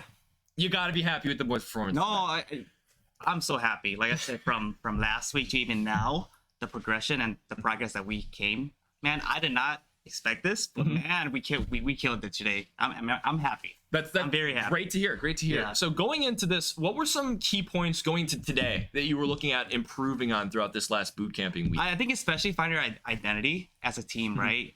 We drafted the Jinx, we drafted the Zillion, the Ari for pick comps, you know what I'm saying? So finding our style, right? Do we want to play a hard engaged team or do we want to play a scaling team? And we picked a scaling team to scale with their team. And we played it exactly how we wanted to. We had deep board visions, you know, we went all together. Our tempo was ahead of them. So that's why we were able to win these fights and gain an advantage over them. Talk about some of the break points of this game. When you went, okay, this is when our comp is winning. What were these points in this game where you were like, we're good here? Yeah, I think one of the points was when we were getting Dragon around the 20-minute mark. We were able to get deep vision wards. You know, I always express to my team, tempo, right? We're able to get advantage over them if we're able to get our items to come back, and they're not there yet. We're able to win, and we have vision control. So around the 20-minute mark, when at the second or third drag, that's when I think we were just like, yes, we want it. Absolutely. Yeah. See, going from last season to this season, without you here, one thing that I did remark on here that I noticed was the vision, especially. Yes, so 100%. That was something I was really impressed with, just the changes over. Yeah.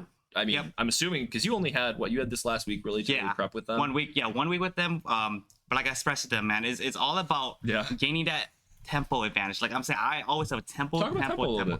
Tempo basically means, you know, when you win a fight, you know what I'm saying, then you go back to your base and you get items and you're there before they get there, correct? So tempo in league is so important. And if you ask my players, they'll always be like, "What is one thing Coach Robert always talk about?" And it's tempo. Okay. Yeah. Okay. So that's the one thing, tempo. Yep. That we can look at through all these games. I'm assuming. I mean, these are all stomps. Yeah. No. Really Exactly. impressive how And they won I'm these so games. proud of them because they did exactly what I wanted them to do. They played it exactly how we want to. You know, the first game, we played an early game comp. We played a hard game with Samira and Thresh, and they killed it. And that's exactly how we supposed to play. Yeah, the Thresh pick in particular, because I thought it's gonna be Proliferate coming in. I see Dragon of Dusk on the Thresh. Hitting all those clutch hooks. It was Proliferate was supposed to come in, but he had something going on, so we had to put Elliot in.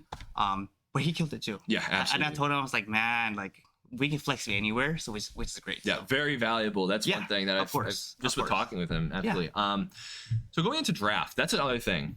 Seeing a lot of these picks that you see in pro play, I'm assuming very avid watcher, just based on a lot of the drafts that we've seen here.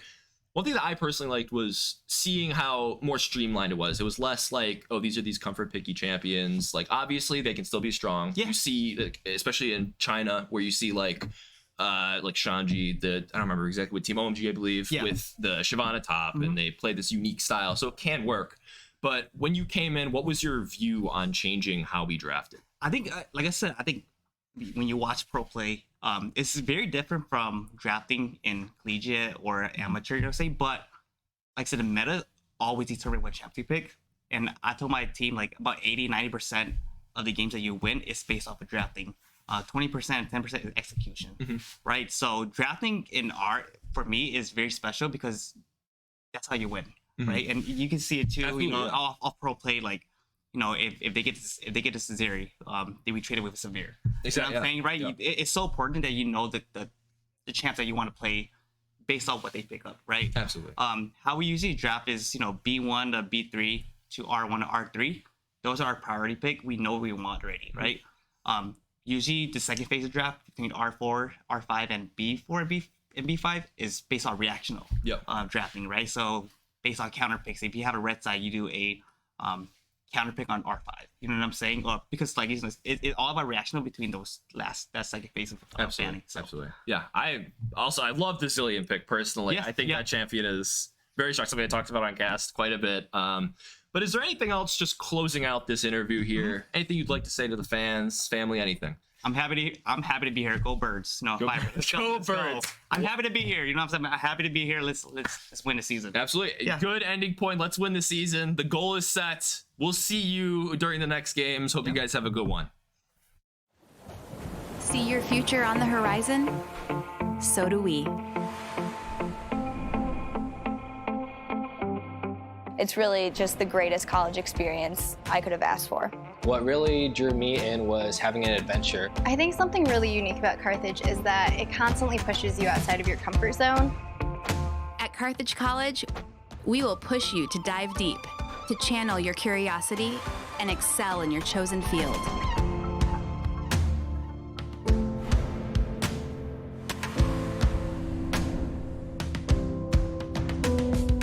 It's been like an individual journey through collaborative effort. And so overall, this has been my college experience, but so many people that I've met have been supportive along the way, and they're all looking out for you. So that's really why it feels like a family. As you ignite your true potential and start asking the hard questions, you'll find the answers are just the beginning. That's the moment your purpose comes into view.